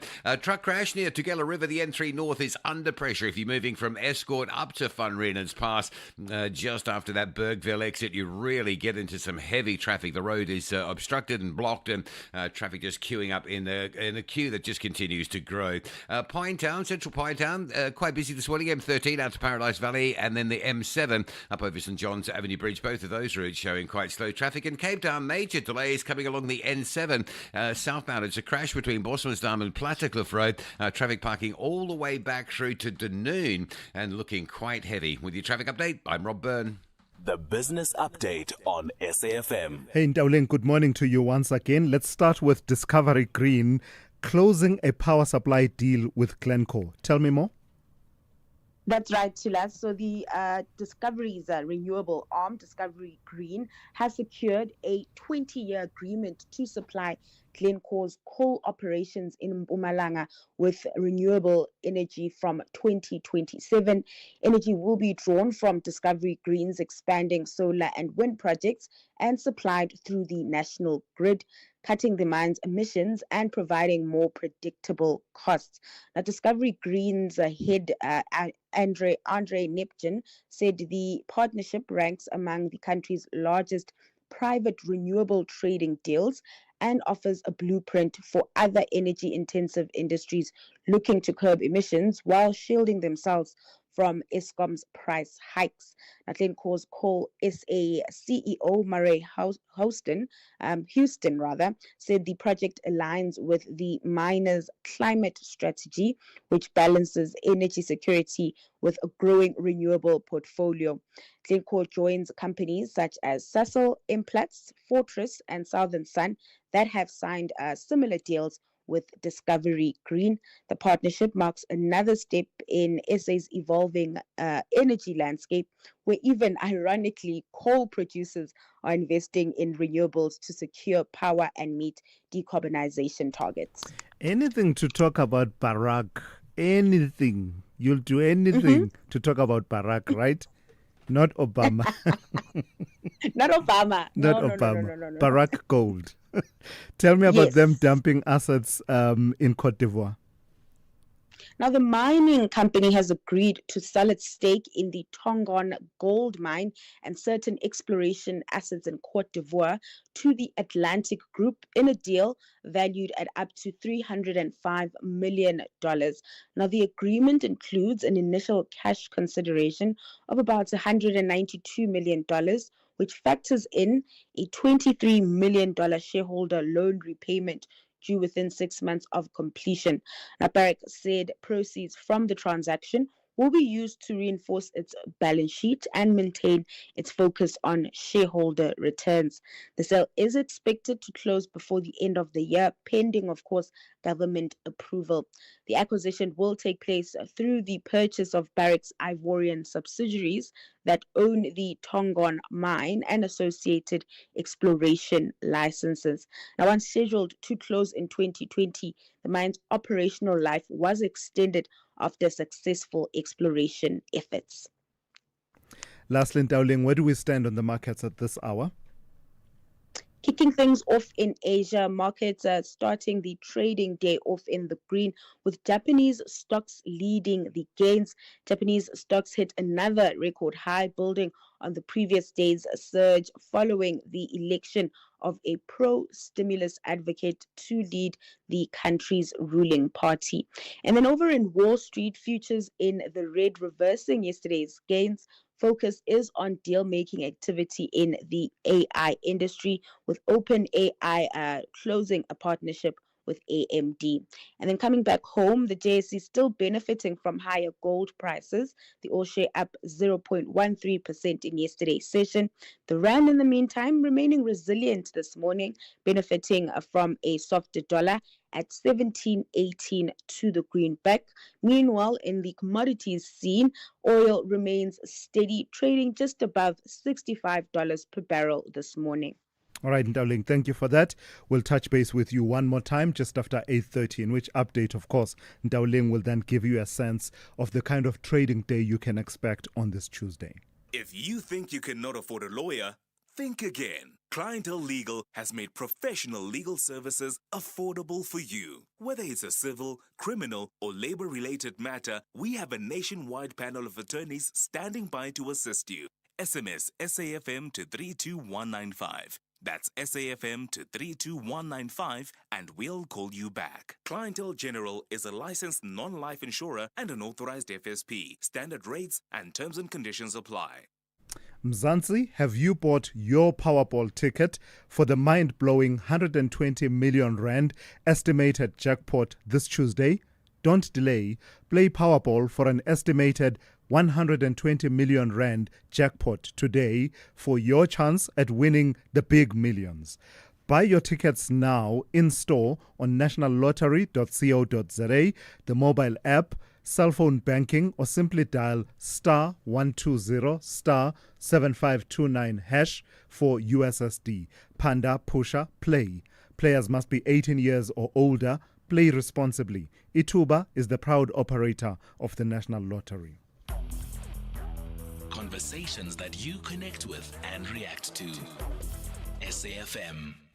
All right, we've touched on this conversation a couple of times. In fact, the last time being about 2 weeks ago, these unwanted sales calls or spare me SMS relief. We're told now that if you worry about that, if that is a concern for you, the bane of your existence, it would seem relief may finally be on the way.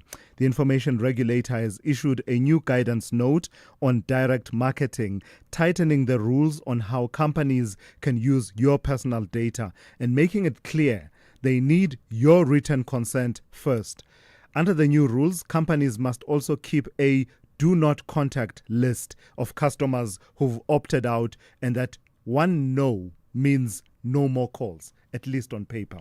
Got to give credit to the reporting of Sowetan on that story. It is a story that's been playing itself out over the last few months since the new regulations came into effect in April. So let's get a bit more on it then with Nomzamo Zondi, the spokesperson of the information regulator. Good morning to you and thank you for your time. So a guidance note coming in April 2024. Tell me a bit more about it and what it provides for and how it has changed the landscape thus far. Good morning, Thulasizwe, and good morning to the SAFM listeners. Thulasizwe, I think what I need to just correct is that the guidance note was actually published last year.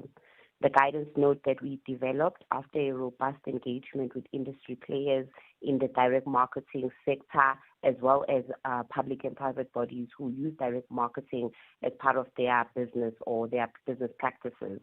What was actually gazetted this year is the POPIA, Protection of Personal Information Act regulations. I see. They were updated regulations. Mm-hmm. So there are two documents that are in place right now aimed to enhance data subjects' rights and organizational compliance, including issues of direct marketing or through unsolicited electronic communication.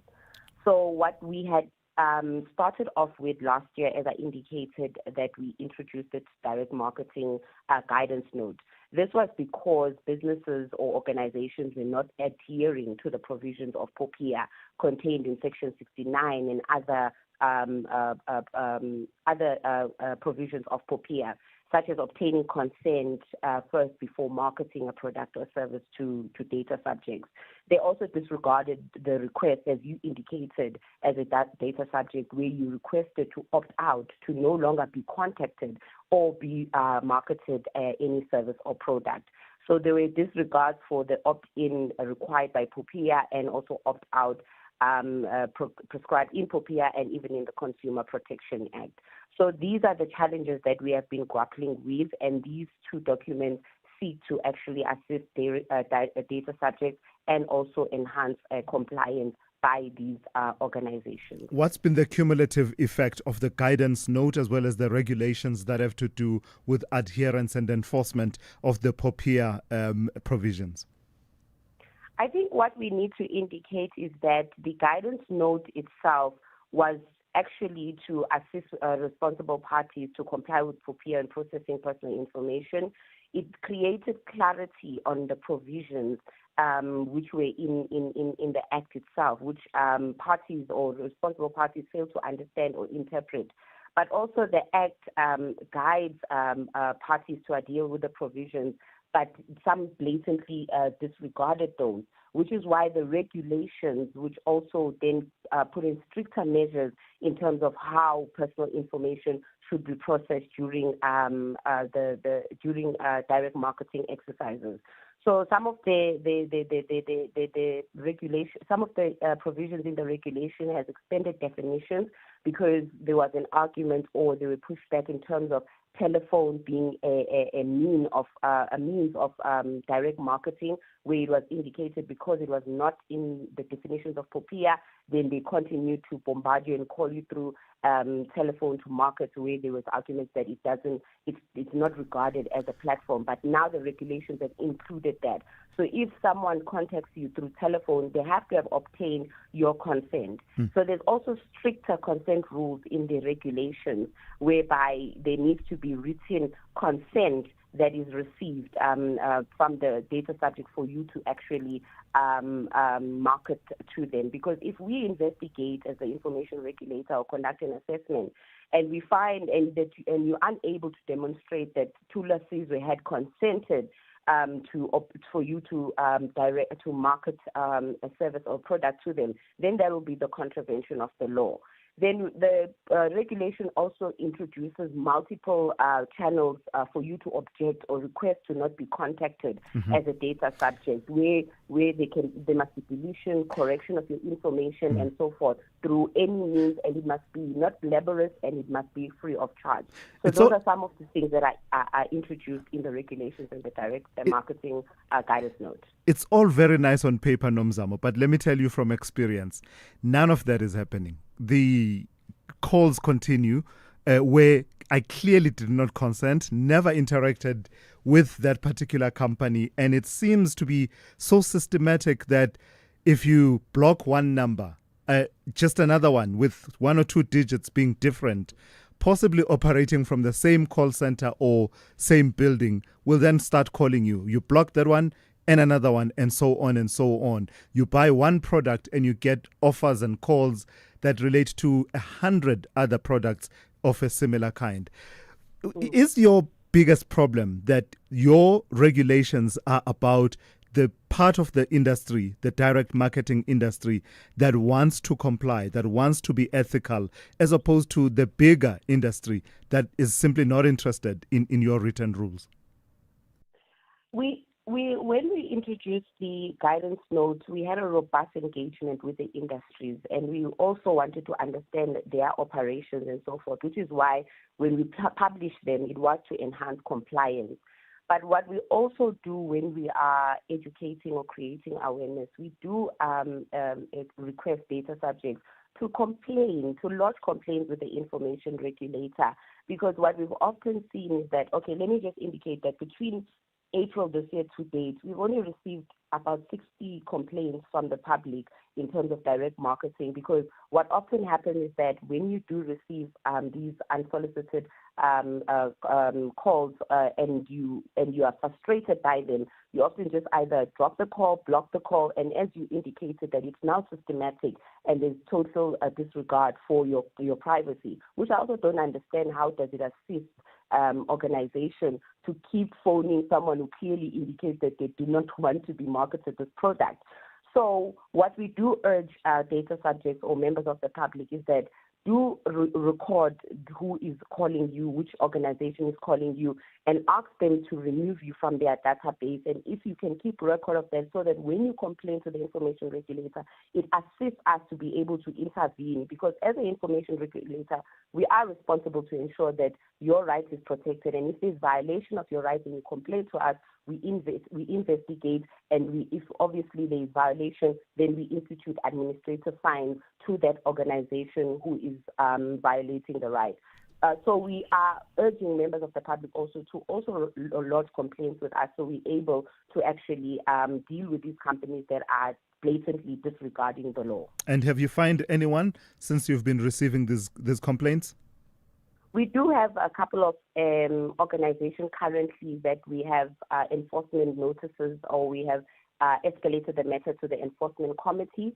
We have fined a company who also disregarded direct marketing rules, and we had initially sent an enforcement notice with corrective measures in terms of their practices, which they disregarded and didn't adhere to, and we had to then institute an administrative fine, which was around 100,000. It can be more, up to 10 million, depending on the investigation and outcome. So yes, we are dealing with those companies that are disregarding FOPIA. All right, thank you for your time this morning. That's Nomzamo Zondi, spokesperson for the Information Regulator. Thulasizwe Simelane on SAFM. All right, let me turn to this story now. It is a story that has shocked Cape Town. Yet again, another newborn baby has been found abandoned, this time in a canal at the Polile informal settlement in Luandle. It's the fourth baby found in just 1 week and the fifth case in a month, leaving communities heartbroken and demanding answers.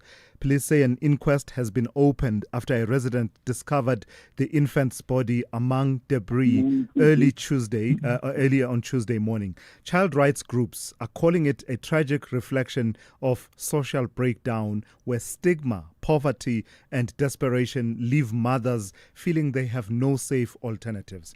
Let's speak to Tahia Hassim, who is founding member of the Baby Savers South Africa and founder and director of New Beginnings. Good morning to you, and thank you for your time. So, lots of reporting around these new baby abandonment cases in and around Cape Town over the last 2 months or so. What are we seeing? What's happening? Is this a surge in baby abandonments, or is it being reported more? Good morning. Thank you for having me, and good morning to your listeners too. So abandonment is definitely on the increase, because the current child protection system is failing desperate moms in need, but they're also failing the babies that are in need of care and protection.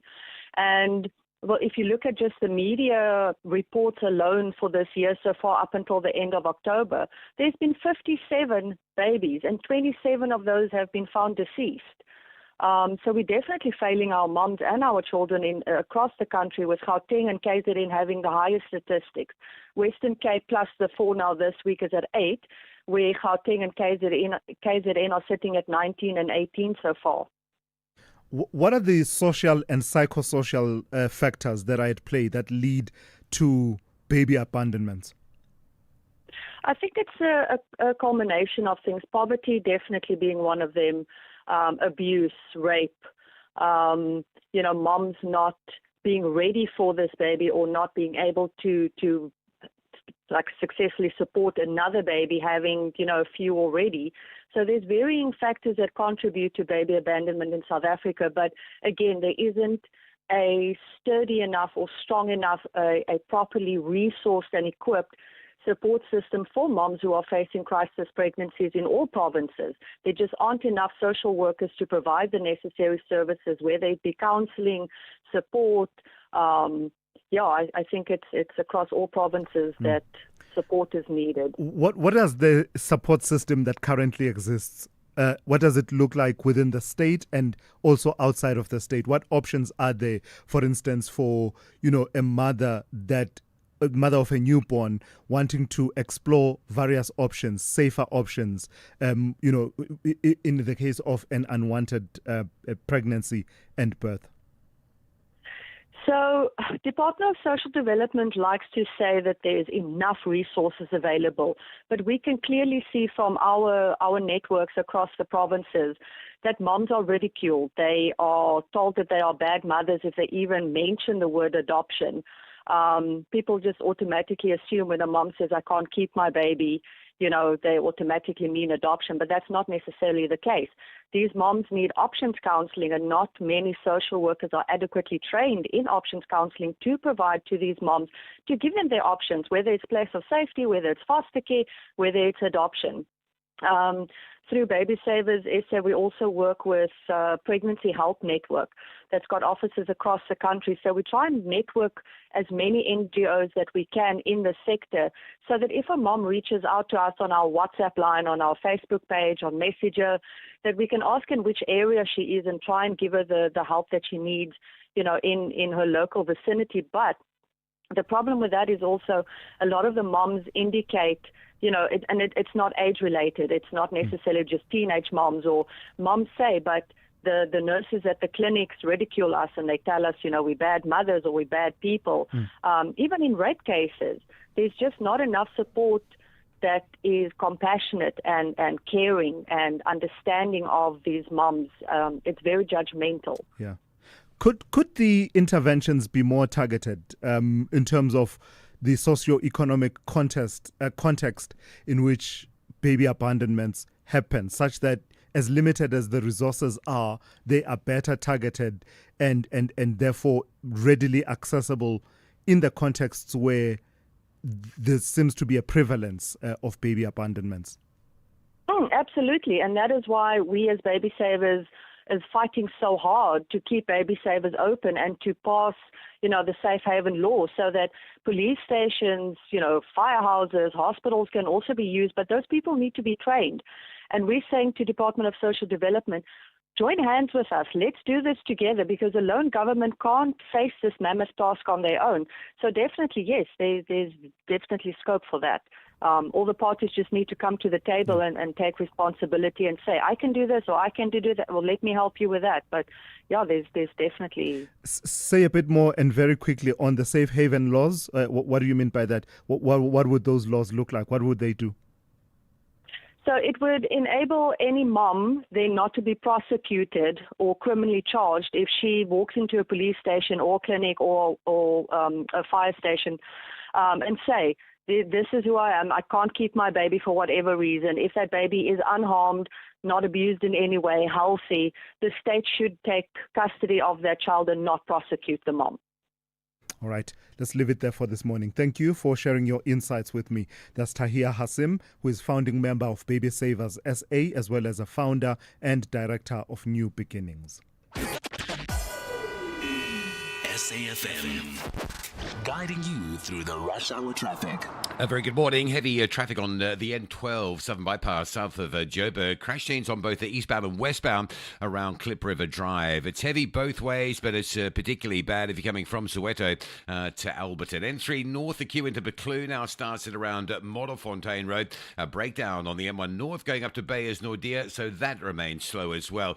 Major delays inland KZN on the N3. A truck overturning earlier this morning carrying a load of cattle. It's happened by the Tugela River. There's a massive backlog of traffic into that recovery operation. If you've got to get between Escort and Van Renners Pass, think about a divert via the Bergville exits. Otherwise, travel later might be a good idea. Nothing getting through, and the queue just continuing to grow. Durban's M7 into St John's Avenue Bridge into Pinetown slow. M13 out of Pinetown towards Paradise Valley very slow as well. Cape Town heavy pressure Gans Park area. N2 Somerset West both in and out of Cape Town very slow. And there's been a pile up on the R300 north at the N1 highway. There's a queue extending right back to Van Riebeek Road. With your traffic update, I'm Rob Byrne. Great news, travelers! FlySafair is now flying between Cape Town and Hoedspruit 3 times a week. So, whether you want to chase the Big Five in Kruger, soak up the views at God's Window, or wind through the beautiful panorama route, Hoedspruit is the perfect launch pad to some of SA's amazing natural treasures. Ready to go from coastlines to canyons in just a few clicks? Book flights now at flysafair.co.za from just 1,570 Rand. FlySafair, for the love of fly. T's and C's apply. At Auto & General, we understand your business is built on more than just vehicles. It's your stock, tools and equipment, and the premises where you work. Auto & General Business Insurance is designed for businesses like yours, protecting your assets against fire, theft, storms, and other unexpected events. To protect your livelihood, visit autogen.co.za and get an obligation-free business insurance quote. Auto & General, never not there. Auto & General is a licensed non-life insurer and FSP. T's and C's online. Mzansi, have you bought your Powerball ticket for the mind-blowing 120 million rand estimated jackpot this Tuesday? Don't delay. Play Powerball for an estimated 120 million rand jackpot today for your chance at winning the big millions. Buy your tickets now in-store on nationallottery.co.za, the mobile app, cell phone banking, or simply dial *120 *7529# for USSD. Panda, Pusha, Play. Players must be 18 years or older. Play responsibly. Ituba is the proud operator of the National Lottery. Call Thulasizwe now. 086 000 2032. All right, let me hear from you then. Let's hear what you have to say about the conversation we just had now about spam calls, as well as, those unsolicited marketing calls that almost always seem to come at exactly the most inconvenient time, and there seem to be no way to stop them. Morning, Thulasizwe. Grant here. This lady on the guys calling you with telesales, and that interview is a waste of time, and you can just delete that one because everyone I know gets 100 calls a day. Yep. Yeah, I also share that sense of helplessness, really. To be honest, I heard everything, but I still don't feel I'm protected. I still don't feel that this opt-out, why should I even opt out? I should opt in if I want to get telesales, not opt out. Now the responsibility is on me. And someone else on the messages is pointing out that in recent experiences, and this is Dr. Mashuba Dieta, who says in recent experiences with telemarketing calls, many of them abruptly end the conversation once we begin inquiring about their identity and how they obtained personal contact information. This trend raises growing concerns among consumers regarding unsolicited communications and their underlying motives. So, absolutely agree. I mean, how do you obtain the details? How do you even get to tell them to stop calling you when they just drop the call the moment you say, please don't call me? And you never get to really know who are they, and therefore, who do you report? Let me take this one that has to do with Brown Mokhotsi and whether or not he's a member of the ANC. Thulas, good morning. It's Kosnadi speaking. Look, my brother, I think ANC and Mbalula They must stop telling us that Brown Mkhotsi is not a member of ANC. He was a member, and his member expired in 2020. What we need to know, and we need to understand why they took his money. When they received the money, they were receiving the money from who? If they say that right now they don't know her, I mean they don't know him. All right, I'm at the top of the hour. I want to take news. I want to reflect on that call immediately after the news, because I did put out a question on social media yesterday, wanting to understand exactly that question. I opened that question and I said, what is this that's being said about Brown Mkhotsi and his membership of the ANC? I'll reflect on that in a moment. But for now, let me go straight to N. Musa with the latest news. Outsurance is in the business of saving you money on your car insurance premium. If they can't, ask for 500 Rand. SMS out to 30754. That's out to 30754.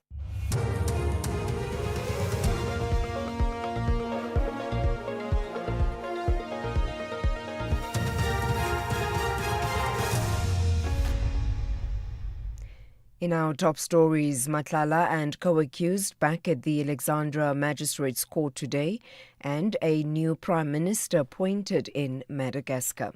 Good morning. Businessman Vusimuzi Matlala and 4 others are set to return to the Alexandra Magistrates Court in Johannesburg today. They are accused of orchestrating the failed assassination of Matlala's former partner, socialite Tebogo Tobejane, in October 2023. Tobejane and a friend were in a vehicle in Sandton when they came under fire from unknown gunmen.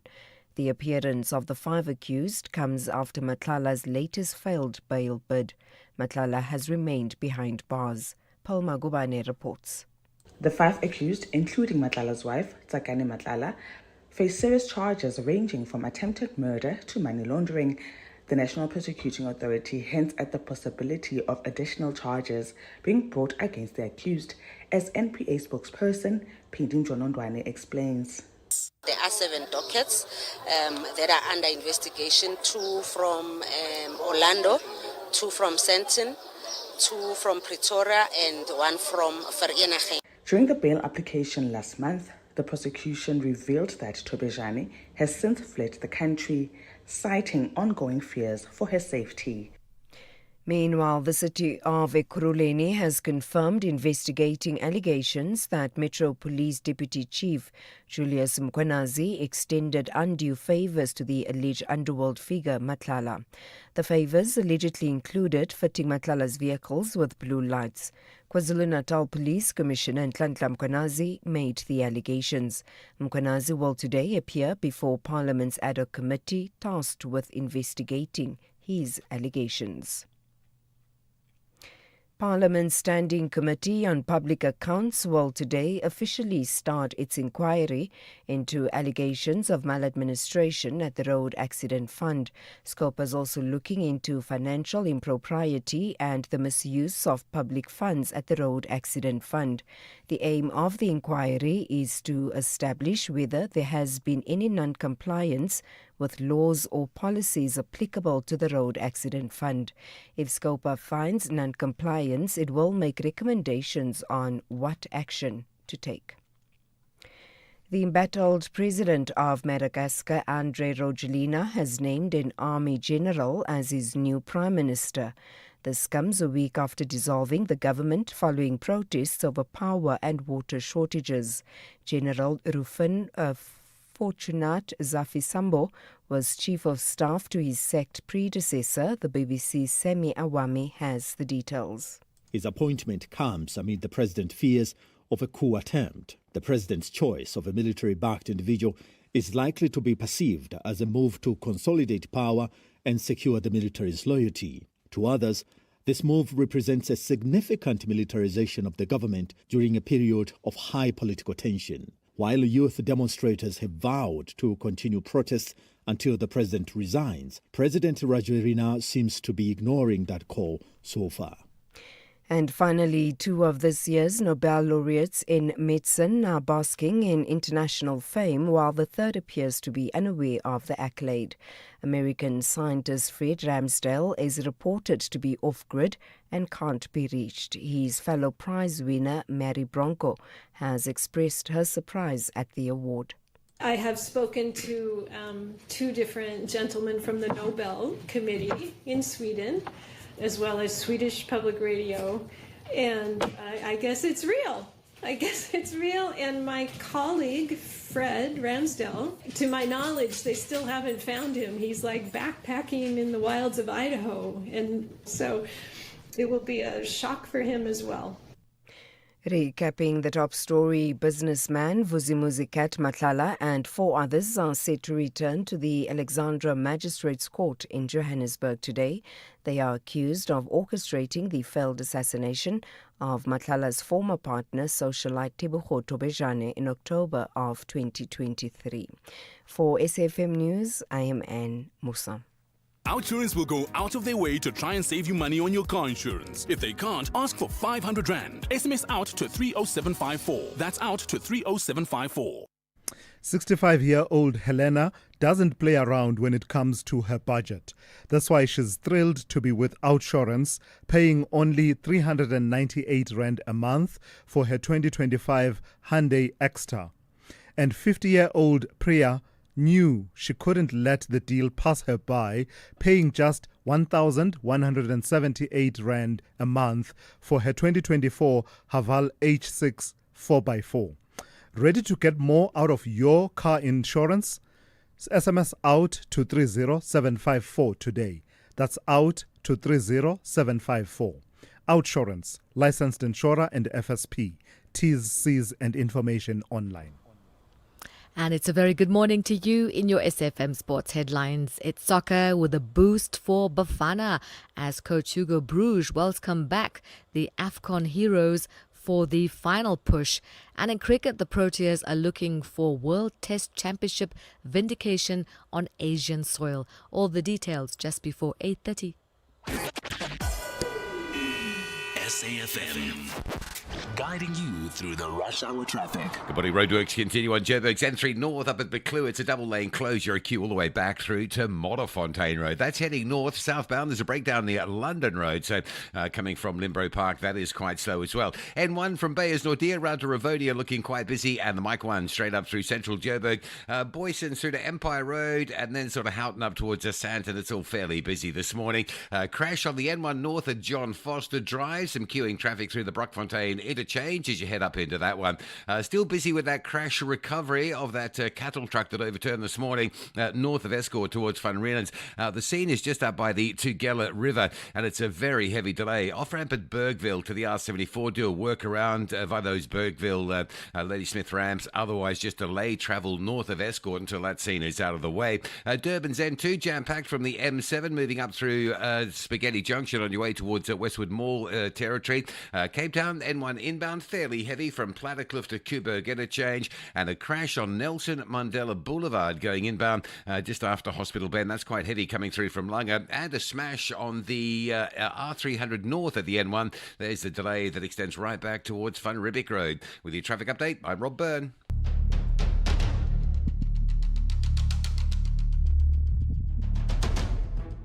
The Morning Brief with Thulasizwe Simelane.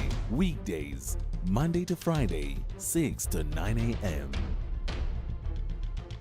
The Morning Brief with Thulasizwe Simelane. Weekdays, Monday to Friday, 6 to 9 a.m. 8 minutes after 8, welcome to the third hour of the Morning Brief on this Tuesday. I don't want to take up too much time in my intro because I want to get to the calls and the WhatsApp voice notes. We've not really had much time to do that this morning. I just want to respond to the call we took right at the end of the last hour about what it all means, that the ANC is distancing itself from Brown Mokhotsi, with Fikile Mbalula saying he's not a member. We've heard from the provincial leadership of the ANC in the Northwest saying that he is not a member. He insists that he remains a member of the ANC and says that his grace period expires at the end of October.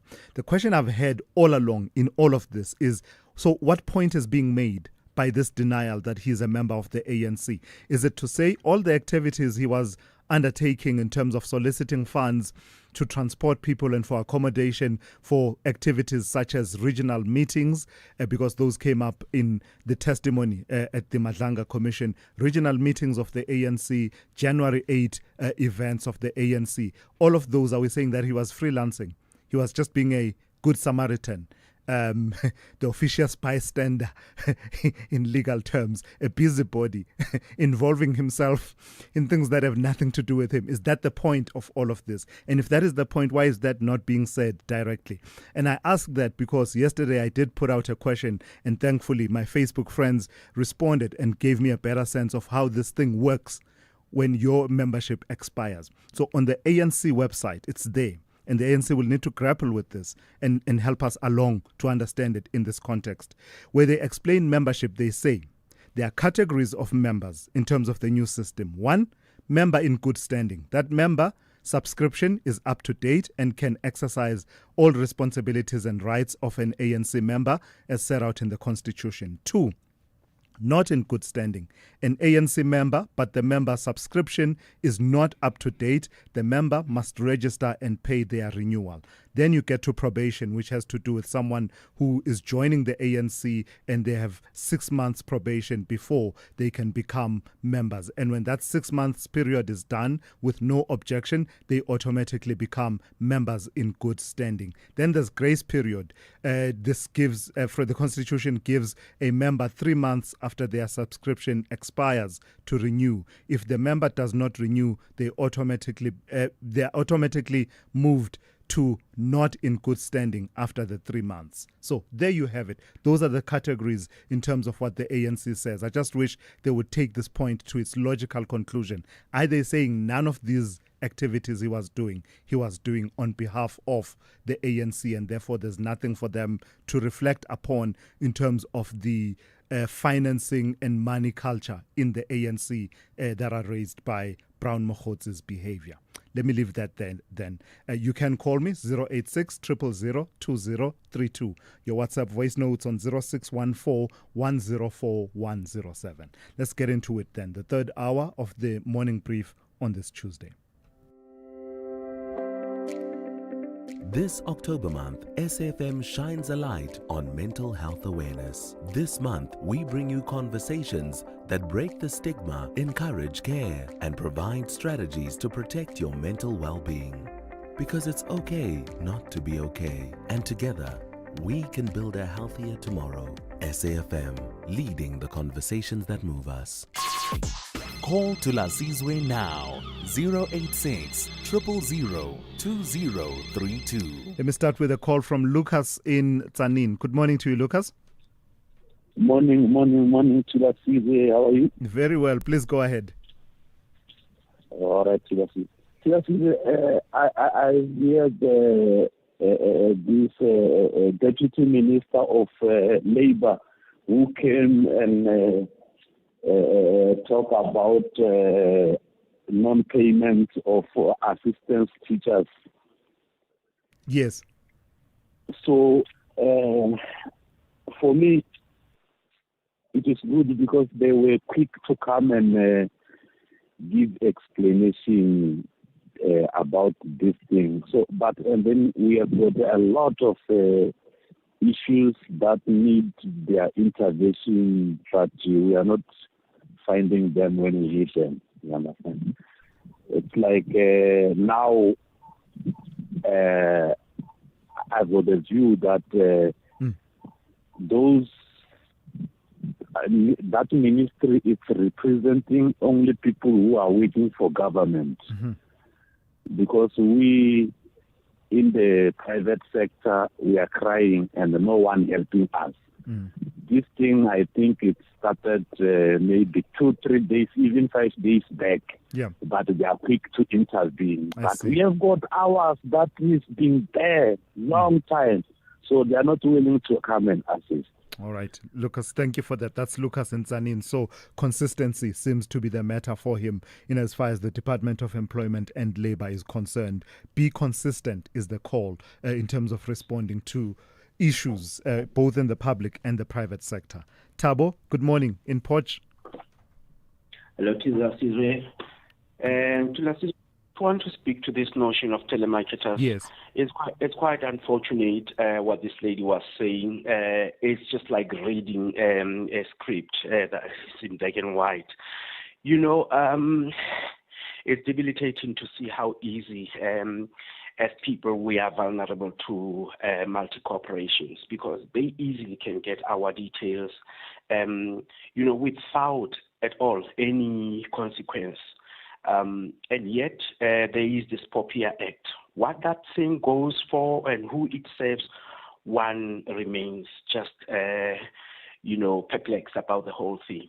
The last thing is, you get calls and as a human being, that you speak to another human being who's simply at work, and these calls, as you said, end up with us interrogating these poor people who are just doing their job anyway, but the main culprits in this instance are these companies and corporates who just, as I said, easily get this, and one really wonders what this POPIA Act is. And I think this is just on the doorstep of the government as to how they deal with these matters. It's very unfortunate how vulnerable individuals are. Yeah. Thank you for that, Thabo. I also get the sense that nothing will change until we make it expensive for people to abuse personal data and personal information in the way that it happens in this country. I've made the example a couple of times about states in the US where you can actually collect and write down the number of times you've been called, and then once you reach a certain amount, you can actually go and claim that money from that company that has been calling you. So you make it expensive. I'm told we were told earlier on that one company has been fined 100,000 rand. But that should be just the start. The day we have the rigor of enforcement, perhaps we might start seeing that situation change. Godwin says, for example, this whole POPIA Act is a complete waste of time. It's such an insignificant act to have. If someone phones your number who you don't want to talk to, just cut the person off and block them. We have much bigger issues of reckless politicians and corruption matters to attend to, says Godwin there. And in capital letters then goes on to say, now the government wants to get involved with phone numbers. Clearly, unhappy about that particular aspect. Mulefe, good morning. Good morning, Thulasizwe and the listeners. I want to say to you, it's the first time I'm speaking to you. I want to say to you, we've been waiting for you, man. Broadcaster. The conversation has been incomplete without you. Thank you for joining in. Thank you so much, sir. Thulasizwe, I please ask you to help me with one thing regarding the banks. I think they are running the same scam as the one for the phones. Remember that one of the scandals of the 99 rand scams. So Yes. what I am not happy about is the fact that we have to pay when you dispute that that scam. Now, and the banks do nothing about it. So I believe that the two things at least should happen for us. Number one is that there should not be a fee that you pay for disputing the scam.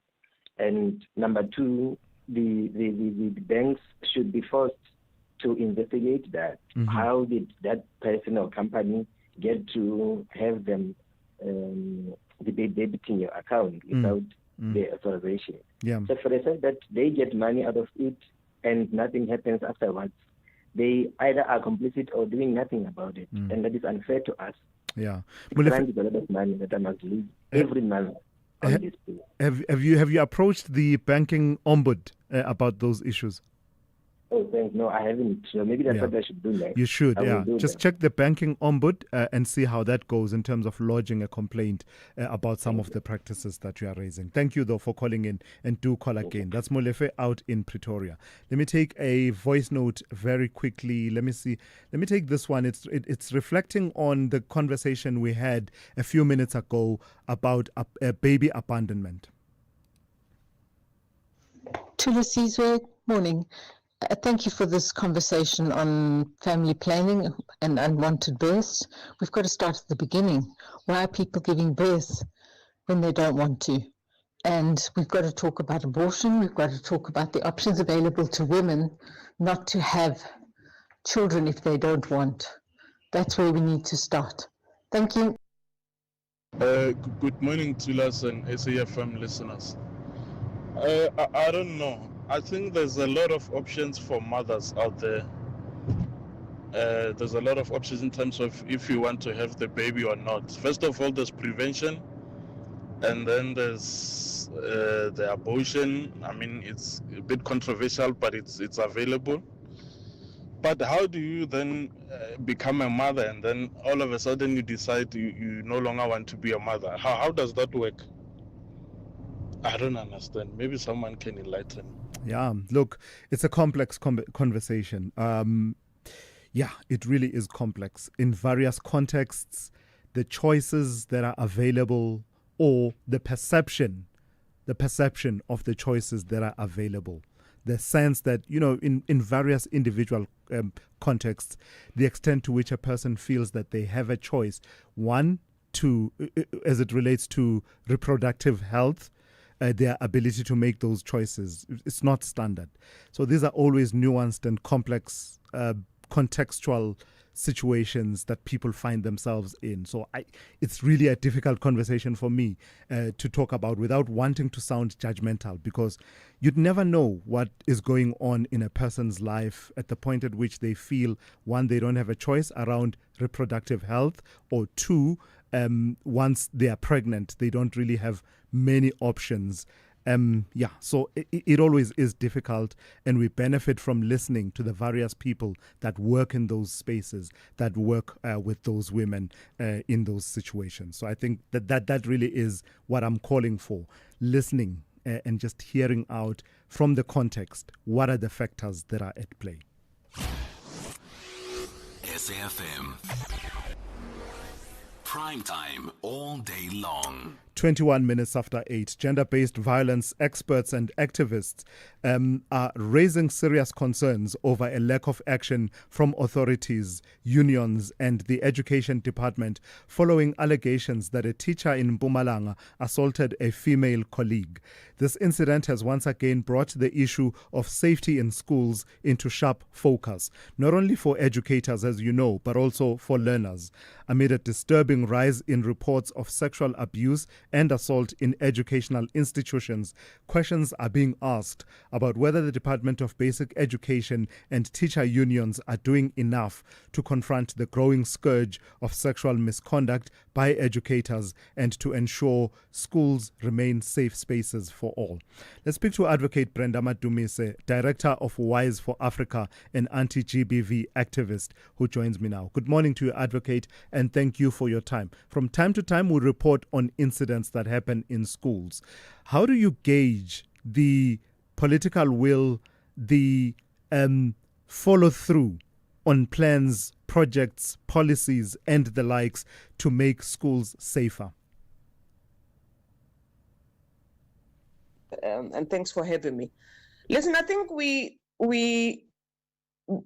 if we are to gauge whether there is political will, this case and many other cases are testament of how we respond to it. We respond to it once it is brought out into the public domain, right? So we wait to be pushed to do something.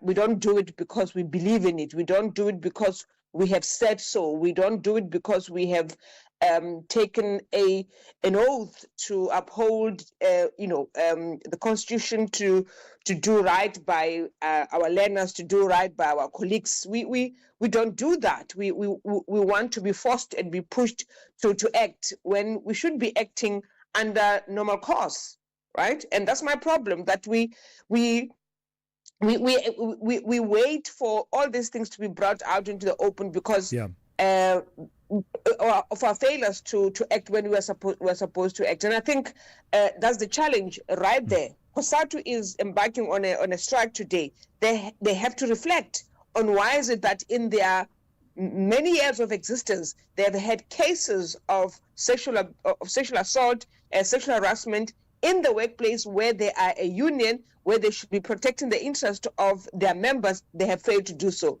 Where sexual harassment and sexual assault has occurred within their ranks, and they have not acted, and it's driven largely by who the perpetrator is. Most times they don't act when the perpetrator is a senior official in the trade union movement. Is it a matter of a lack of institutions, institutional architecture to respond to the problems? And I'll give you a bit of the context before you respond. The South African Council for Educators recently reporting that a total 109 teachers were sanctioned for misconduct and 36 were stripped of their license to teach school children in the 2024-2025 financial year. And as you go deeper into the numbers, you find that there were 606 new complaints that were received against teachers, and we are told that 134 of them disciplinary hearings happening under that year in review, but carry over from the previous year 379 cases that had not been dealt with. Is it institutions, or is it the ethos and the a method and a way of doing things that says abuse will not be tolerated in the school environment? Yeah, it's a combination of things, right? So it's, so I don't know whether and maybe at some point we need to go back. There was a whole expose around SARTU with women. If you wanted to be a principal, you had to give special favors for you to become a principal because there's promotion involved, right? So when you look at some of these things, it's about the abuse of power that we used to give favors to others, right? So I'm a SARTU, I'm powerful, and we have given unions like SARTU the power to control the education system, right? So no one can move in a school without consulting SARTU steward and them determining what the principal can or cannot do. They determine who goes where, right? So when you give them that kind of power, it's bound to be abused, and you start to create fear among. So it's a combination of institutions when they are given the responsibility to look after the well-being of the teaching staff, that when you report on their conduct and behavior, your role is to act swiftly. And I think for me, we need to underline the swiftness and the promptness of why these things must be dealt with, because you can't carry from the previous year, you can't be carrying 300 cases into a new year where you have new complaints that are over 100 already. Right. So it means the problem with the institutions on how they tackle these issues and how they attend to them, right? And it goes without saying. If you look in the medical fraternity, you look with the lawyers, when you have a body that is meant to look at the conduct of the profession, they tend to close rank and not want to act on their own, right? Yeah. Because we want to protect their profession at all costs, at the cost of others who are harmed by the behavior of their colleagues. So it's institutions. It's also how we see each other, how we value each other, how we relate to each other, right? It's a school environment. The power dynamics come up, right? You think as a teacher, you can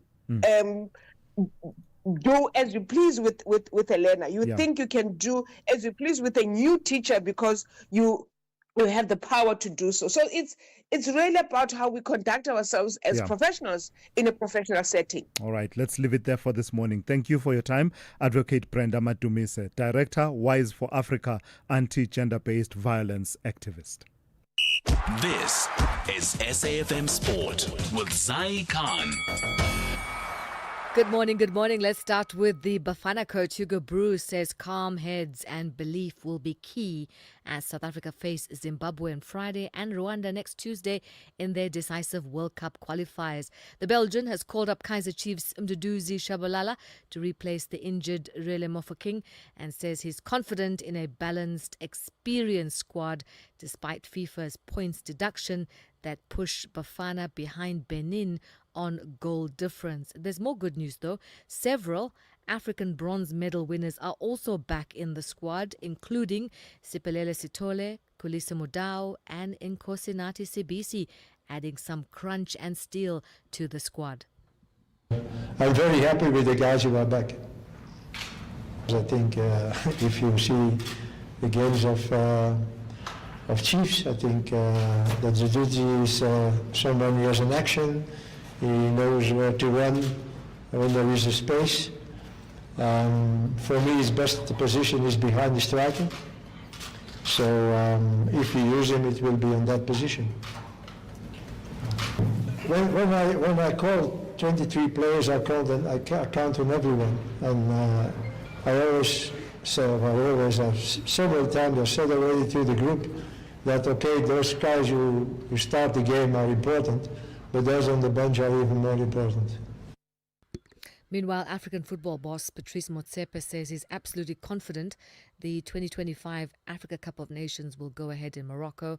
Despite scenes of government protests for more than a week, young Moroccans taking to the streets for a ninth straight night of protests calling for an end to corruption and a change of government. Morocco is scheduled to stage the Cup of Nations from December 21 to the 18th of January. On to closer news now. That's got the Orlando Pirates head coach Abdusalam Wadu says he's keeping calm amid the FIFA break despite concerns that it could derail the team's momentum. The Buccaneers head into a 2-week pause, riding high on a 7-match winning streak, the latest a 1-0 Carling knockout victory over Siwelele. Now, cricket, Proteas stand-in captain Aiden Markram says he's ready to embrace the challenge of leading South Africa in the absence of Themba Bavuma, who is sidelined with a calf strain. The World Test champions depart for Pakistan, followed by India, and he adds that while Bavuma won't be on the field, he'll still be a sounding board during the series, giving the team continuity in leadership. It feels pretty similar to how things have unfolded in the past, so whenever Thames is unfortunately not playing, then I'm blessed with the opportunity to lead the side, so it feels like a pretty similar scenario. For me as an individual though, because it's Test cricket, naturally I'm pretty desperate to win in one-day cricket, but even more so with the red ball, so I look forward to that, of course, and you still keep your leadership group, some senior players, the coaching staff, guys like Themba, even though he's not won't be on the tour, you keep them close and bounce ideas off each other, and hope you can make a positive impact for the team. And that's how it stands for now. The Proteas keeping their eye on the ball. We'll have more with John Gericke at around 12:30. I'm Zai Khan. Good morning, I'm Anne Musa. In the headlines, the Teddy Bear Foundation, represented by Section 27, has confirmed it has approached the High Court in Pretoria to seek action against key government departments. It alleges they've neglected the National Child Protection Register.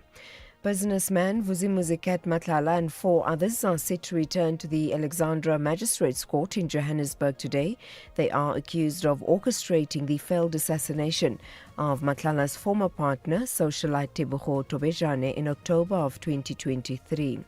And renewable energy, including nuclear power, has overtaken coal as the world's leading source of electricity for the first time.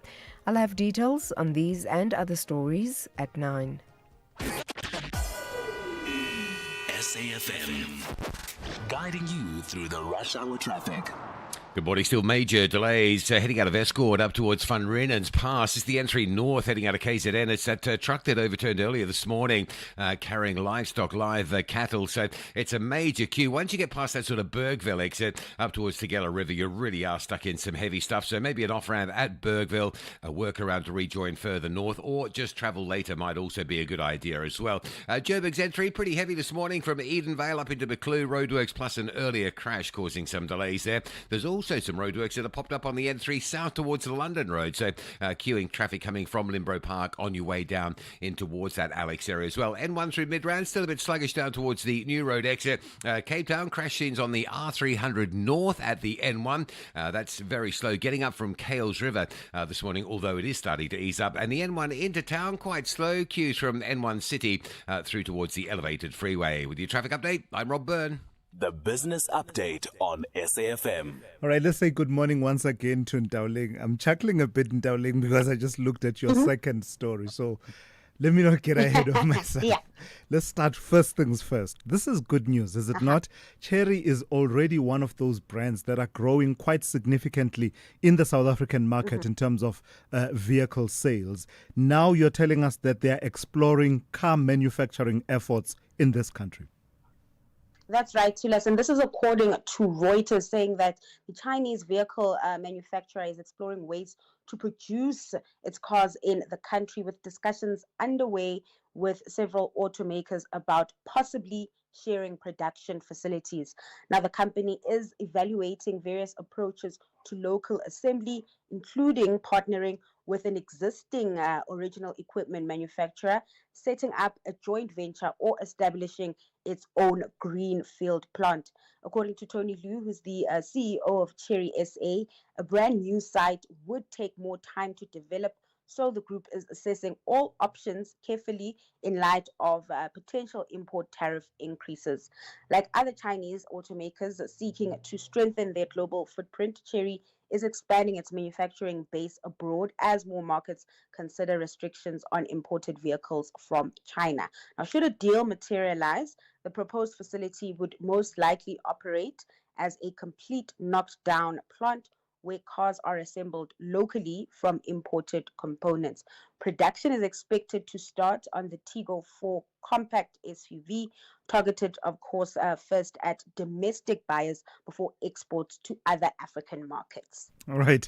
Let's get to the story that had me chuckling. What do you mean? What do you mean an oversupply of potatoes? What are you talking about? How many methods are there to prepare potatoes, and how many potato recipes? We're going to have a potato fest. At this point, right? We're going to have a potato fest. So temporary relief seems to be coming through for consumers, especially those consumers that like slap chips or mashed potatoes less. Now, this as the... Are you one of those? Listen, this is a serious story. Okay? Tell me about the potato oversupply. I'm sure many people want to hear about it.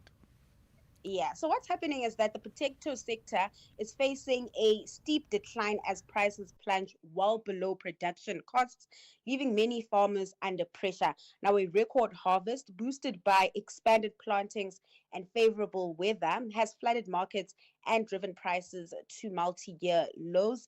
In a MoneyWeb article, Fresh Plaza reports that potatoes are trading at between R3.50 and R4 per kilogram at fresh produce markets, about R2 below production costs and nearly 50% lower than last year. A mild winter, strong seed availability, and aggressive planting have resulted in an oversupply that continues to weigh on returns. Now, as mentioned, consumers may see short-term relief if retailers pass on the lower prices. Grow Fresh produce agents urged supermarkets to also reflect the drop, noting that fresh potatoes cannot be stored long enough to offset future shortages. Yeah, so look, when I was a runner, because that seems to be fading away with the demands on my time, the potato wedges are your best carbo-loading, food item the night before a race.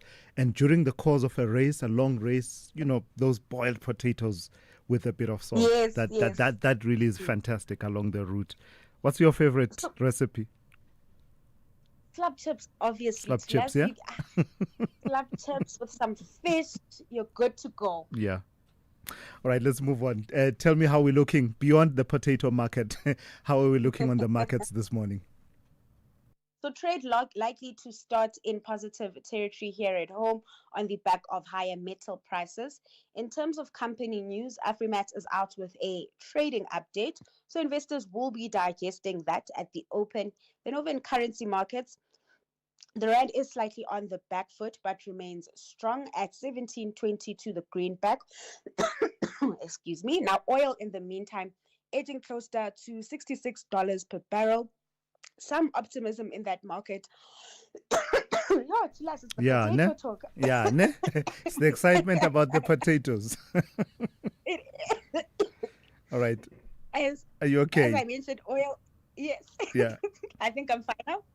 Oil, in the meantime, has edged closer to $66 per barrel. Some optimism in that market after OPEC Plus delivered a more modest production hike, calming oversupply concerns. And then back to equities. Over in the US, futures are trending lower as traders continue to either fall out from the government shutdown. Lastly, in Asia, stocks in the green with Japanese markets at record highs. This as traders cheer the election of a pro-stimulus advocate to lead the country's ruling party. I didn't think that a food item would get you this excited. Cheers, Ndauling. Thank you for that. Ndauling Lichela there, keeping you updated and pushing through, even as she started choking there towards the end. But keeping you updated on business, economics, and the markets over the last 3 hours. If you're active on social media and love SAFM, we hope you'll take a moment to like or follow our SAFM page on Facebook and Twitter. These are the best places to find all the guest information, conversations, and stories you love from your favorite presenters, along with regular updates from SABC News. And don't forget, you can send your questions to feedback@safm.co.za. SAFM, leading the conversation. Call Thulasizwe now, 086 000 2032. Let me take 2 quick voice notes and then take the calls. Good morning, Thulas and the listeners. This is Nati from Cape Town. Thulas, man, I think the Concord is playing with us. It's busy issuing like this rulings, small rulings. We're still waiting on the Phala case. We can't wait for Cyril to leave office before we get like the ruling on that one. Please get Judge Matters Mbegezeli Benjamin to give us their thoughts, since they are judges watchdog on this one. Thank you. All right, thank you for that. A good suggestion for us to follow through. But also I've been thinking about the actual trial into the break-in at President Ramaphosa's farm, that we do need to catch up on that in the coming days, because the trial is on the go at the moment, and it's worth touching base on. It's a criminal trial. It's nothing like, what had been envisaged in many quarters at the start of the saga.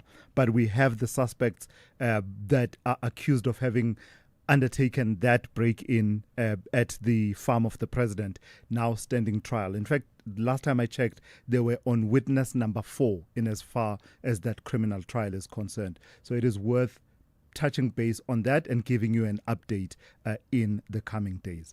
Let me take this one. It has to do with Brown Mokhotsi. Is he or is he not a member of the ANC?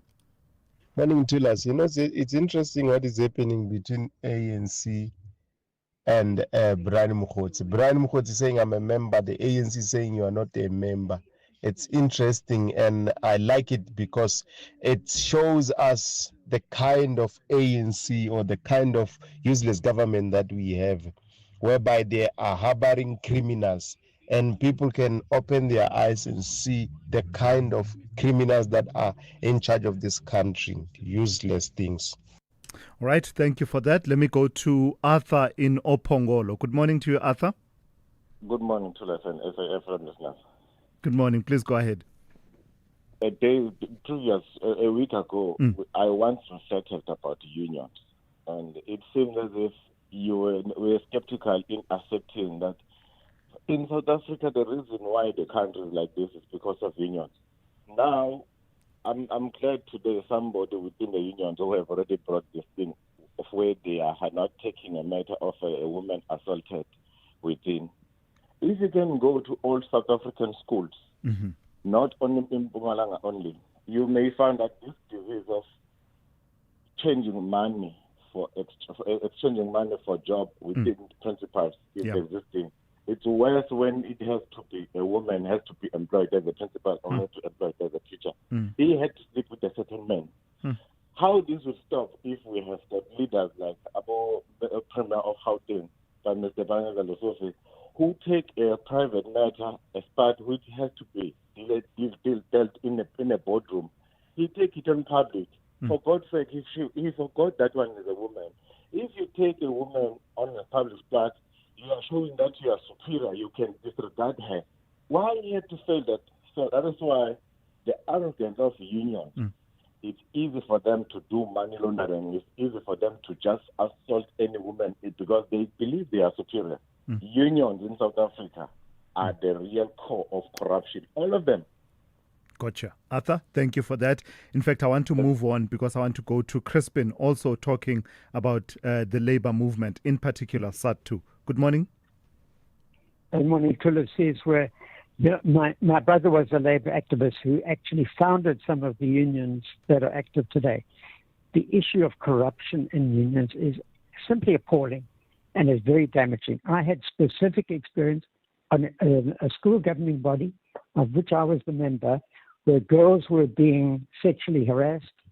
And when this was reported by the girls to the police and to the education officials, an education official arrived and shouted at the girls, blaming them because of the uniform they were wearing somehow.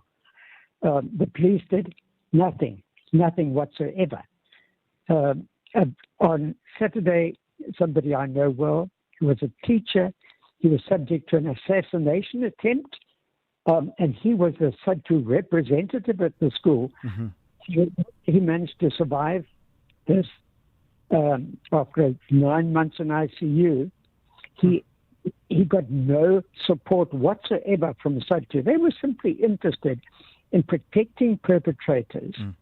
Now, if there are perpetrators in the system and they're SADTU members, my view is the responsibility of the union is to take on the perpetrator, not so much to fight them, as to support them in saying, you have to stop what you are doing and you have to get some kind of intervention that takes you out of the situation. It is not to attack the victim, and I have witnessed in a disciplinary hearing union representative aggressively attacking victims.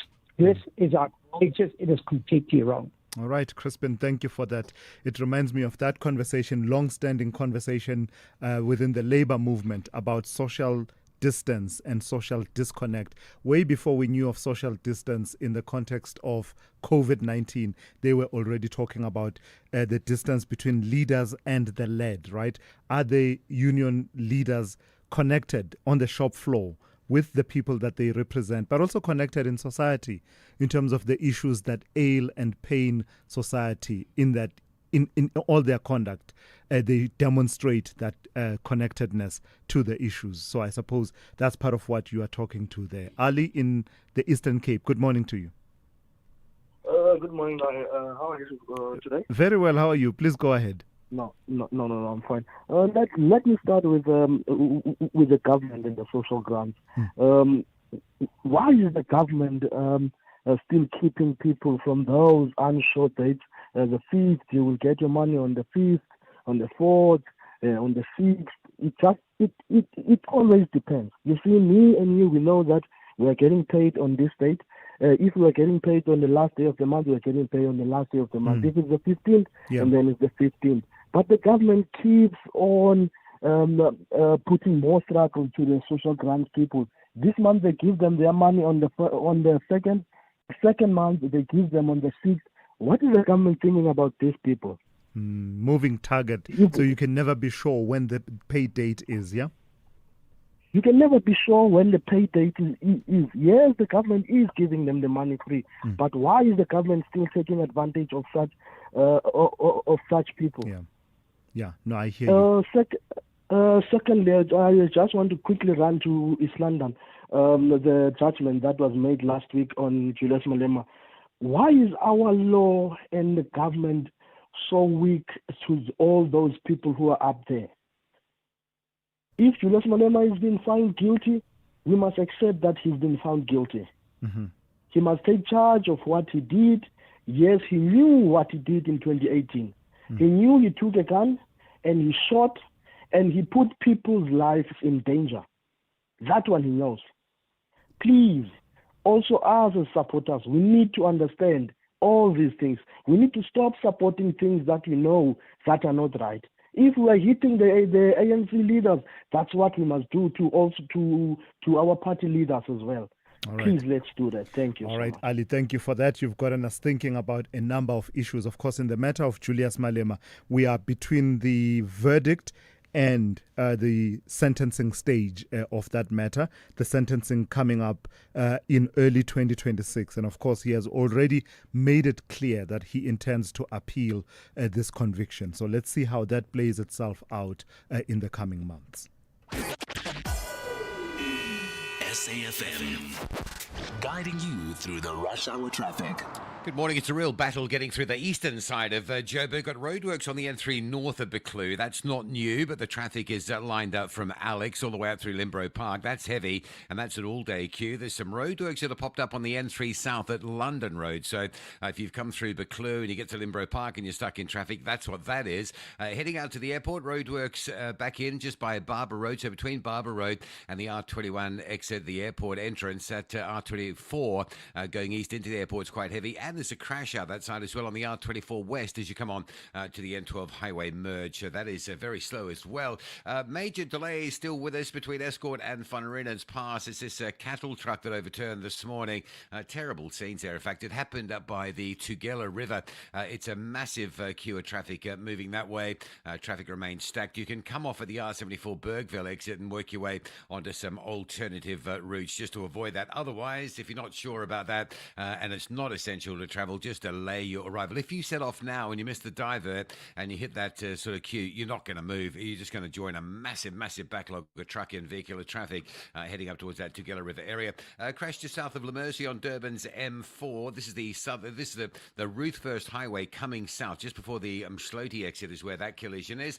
And Cape Town, the N1 inbound fairly slow this morning from N1 City moving through towards the city centre area. Marine Drive is heavy from Milnerton into Pardon Island. And the Coburg Road quite slow as well, just lined up through Brooklyn, down through Section Street into the Coburg interchange. Rob Byrne, SAFM Traffic.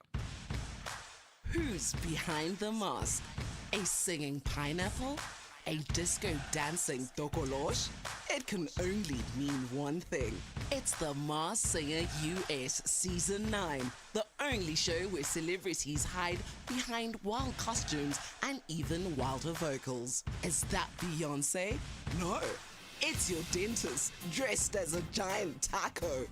Unmask the madness, the mystery, and the mayhem. Saturdays at 6:30 p.m. on S3. S3's got the masks, the music, and maybe your favorite celeb in a flamingo suit. Don't miss it. Thulasizwe Simelane on the Morning Brief. Weekdays, Monday to Friday, 6 to 9 a.m. All right, we're moving rapidly towards the close of the show. But let me bring you this item, though. South Africa has gone before the International Court of Justice once again, and it's not about that other case. This time it is to defend workers' rights to strike. A fundamental principle, it says, lies at the heart of democracy and freedom of association. The country's delegation, led by Ambassador Vusi Madonsela and constitutional law experts, Professors Helton Chiddle and John Dugard, argued that any attempt to limit the right to strike under the ILO Convention 87 would distort its meaning and weaken global labor protections. Let's unpack it all with Professor Stefan van Eck, who is a professor in labor law at the University of Pretoria. Prof, good morning, and thank you for your time this morning. I didn't even know until now that there was even this dispute and sort of a disagreement about the right to strike within the convention of the ILO Convention 87. Tell me a bit more about it. What's the source of the case that we are now hearing at the ICJ? Good morning to SAFM and to the listeners. Yes, this is a very interesting matter indeed. The International Labour Organization is a standard-setting organization which consists of organized business, organized workers, and governments. And as long back as in 2012, the employers grouping have criticized the way in which Convention 87 is being interpreted by the Committee of Experts of the ILO.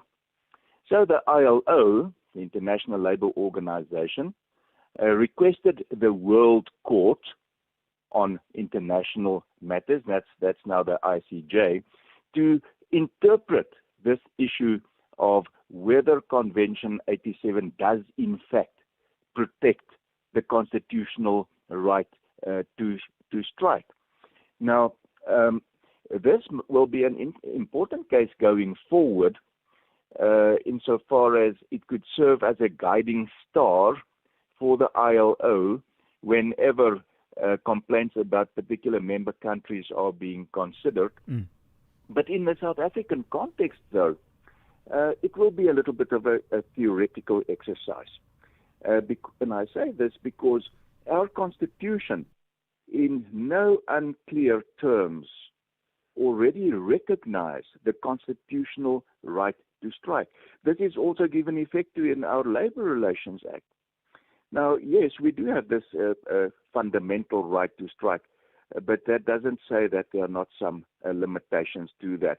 And in the South African context, if you wanted to, I can expand a little bit on that. Yeah, but let's stick with the ILO level of discussion. What are the implications of the interpretation that the ILO wants from the ICJ of this Convention 87, particularly Articles 3 and 10? Is this in the context of, are we seeing the right to strike more on the back foot, including in countries that are signatories to that convention? Yes, very good question. The ILO has got a committee of experts, and they provide guidance to all of the member countries in respect to how some of the conventions, especially relating to the freedom of association and the right to organize, how all of that should be interpreted. Now, for many, many years, since the 1960s, this committee of experts has interpreted our Convention 87 to also include the protection of employees to engage in strikes and also their organizations such as trade unions. Now, the employers have complained about the way in which this convention is being interpreted, and should the International Court of Justice in their decision, now something that's very important, they will only be providing an opinion. It's not like a binding decision that is taken that can be enforced on all of the member countries. It is an advisory opinion that the court will render, and this opinion will provide guidance to the ILO's Committee of Experts going forward whenever complaints are being lodged against member countries of the ILO. But you've already made the point that in as far as South Africa is concerned, it's pretty much an academic debate. Reflect for me on that and the right to strike within the South African context. Is it being shaped and contoured by some of the debates that are happening at the moment? And is that having an impact in the lived out reality around the guaranteed right to strike, or does it hold steady? The right to strike in South African context will definitely hold steady. South Africa actually, post the apartheid years, when we implemented our Labor Relations Act, and we also adopted our Constitution, made it quite clear that we support the notion that the right to strike should be protected. So whichever way the decision of the ICJ goes, we have already shaped our Constitution and also our LRA to adhere to the interpretation of that convention to support the idea that the right to strike is protected in South Africa.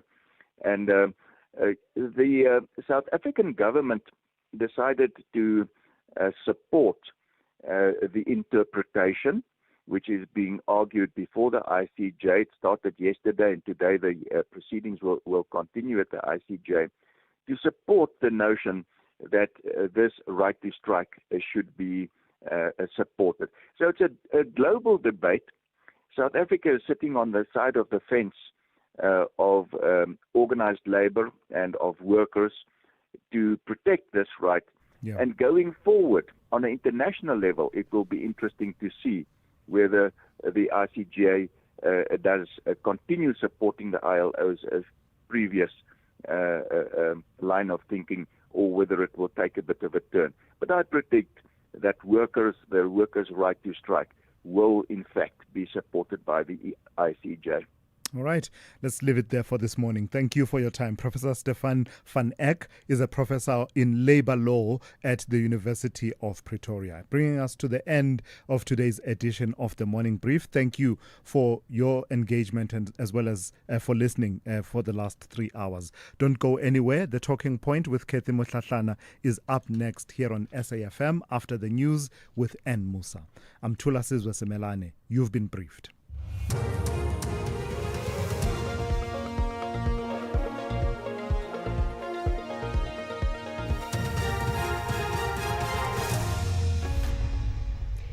In our top stories, Teddy Bear Foundation takes government to court over child protection failures, and Matlala and Them setting the nationwide agenda daily.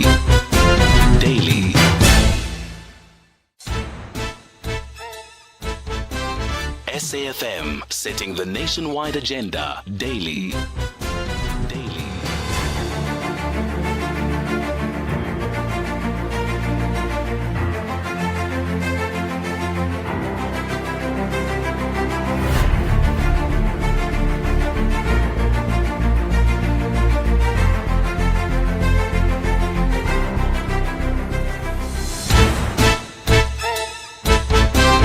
SAFM setting the nationwide agenda daily.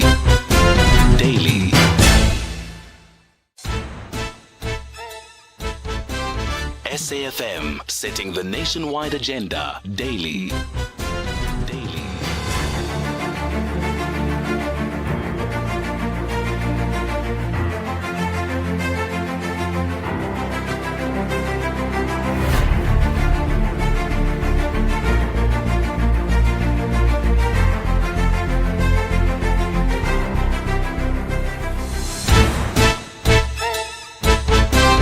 SAFM setting the nationwide agenda daily.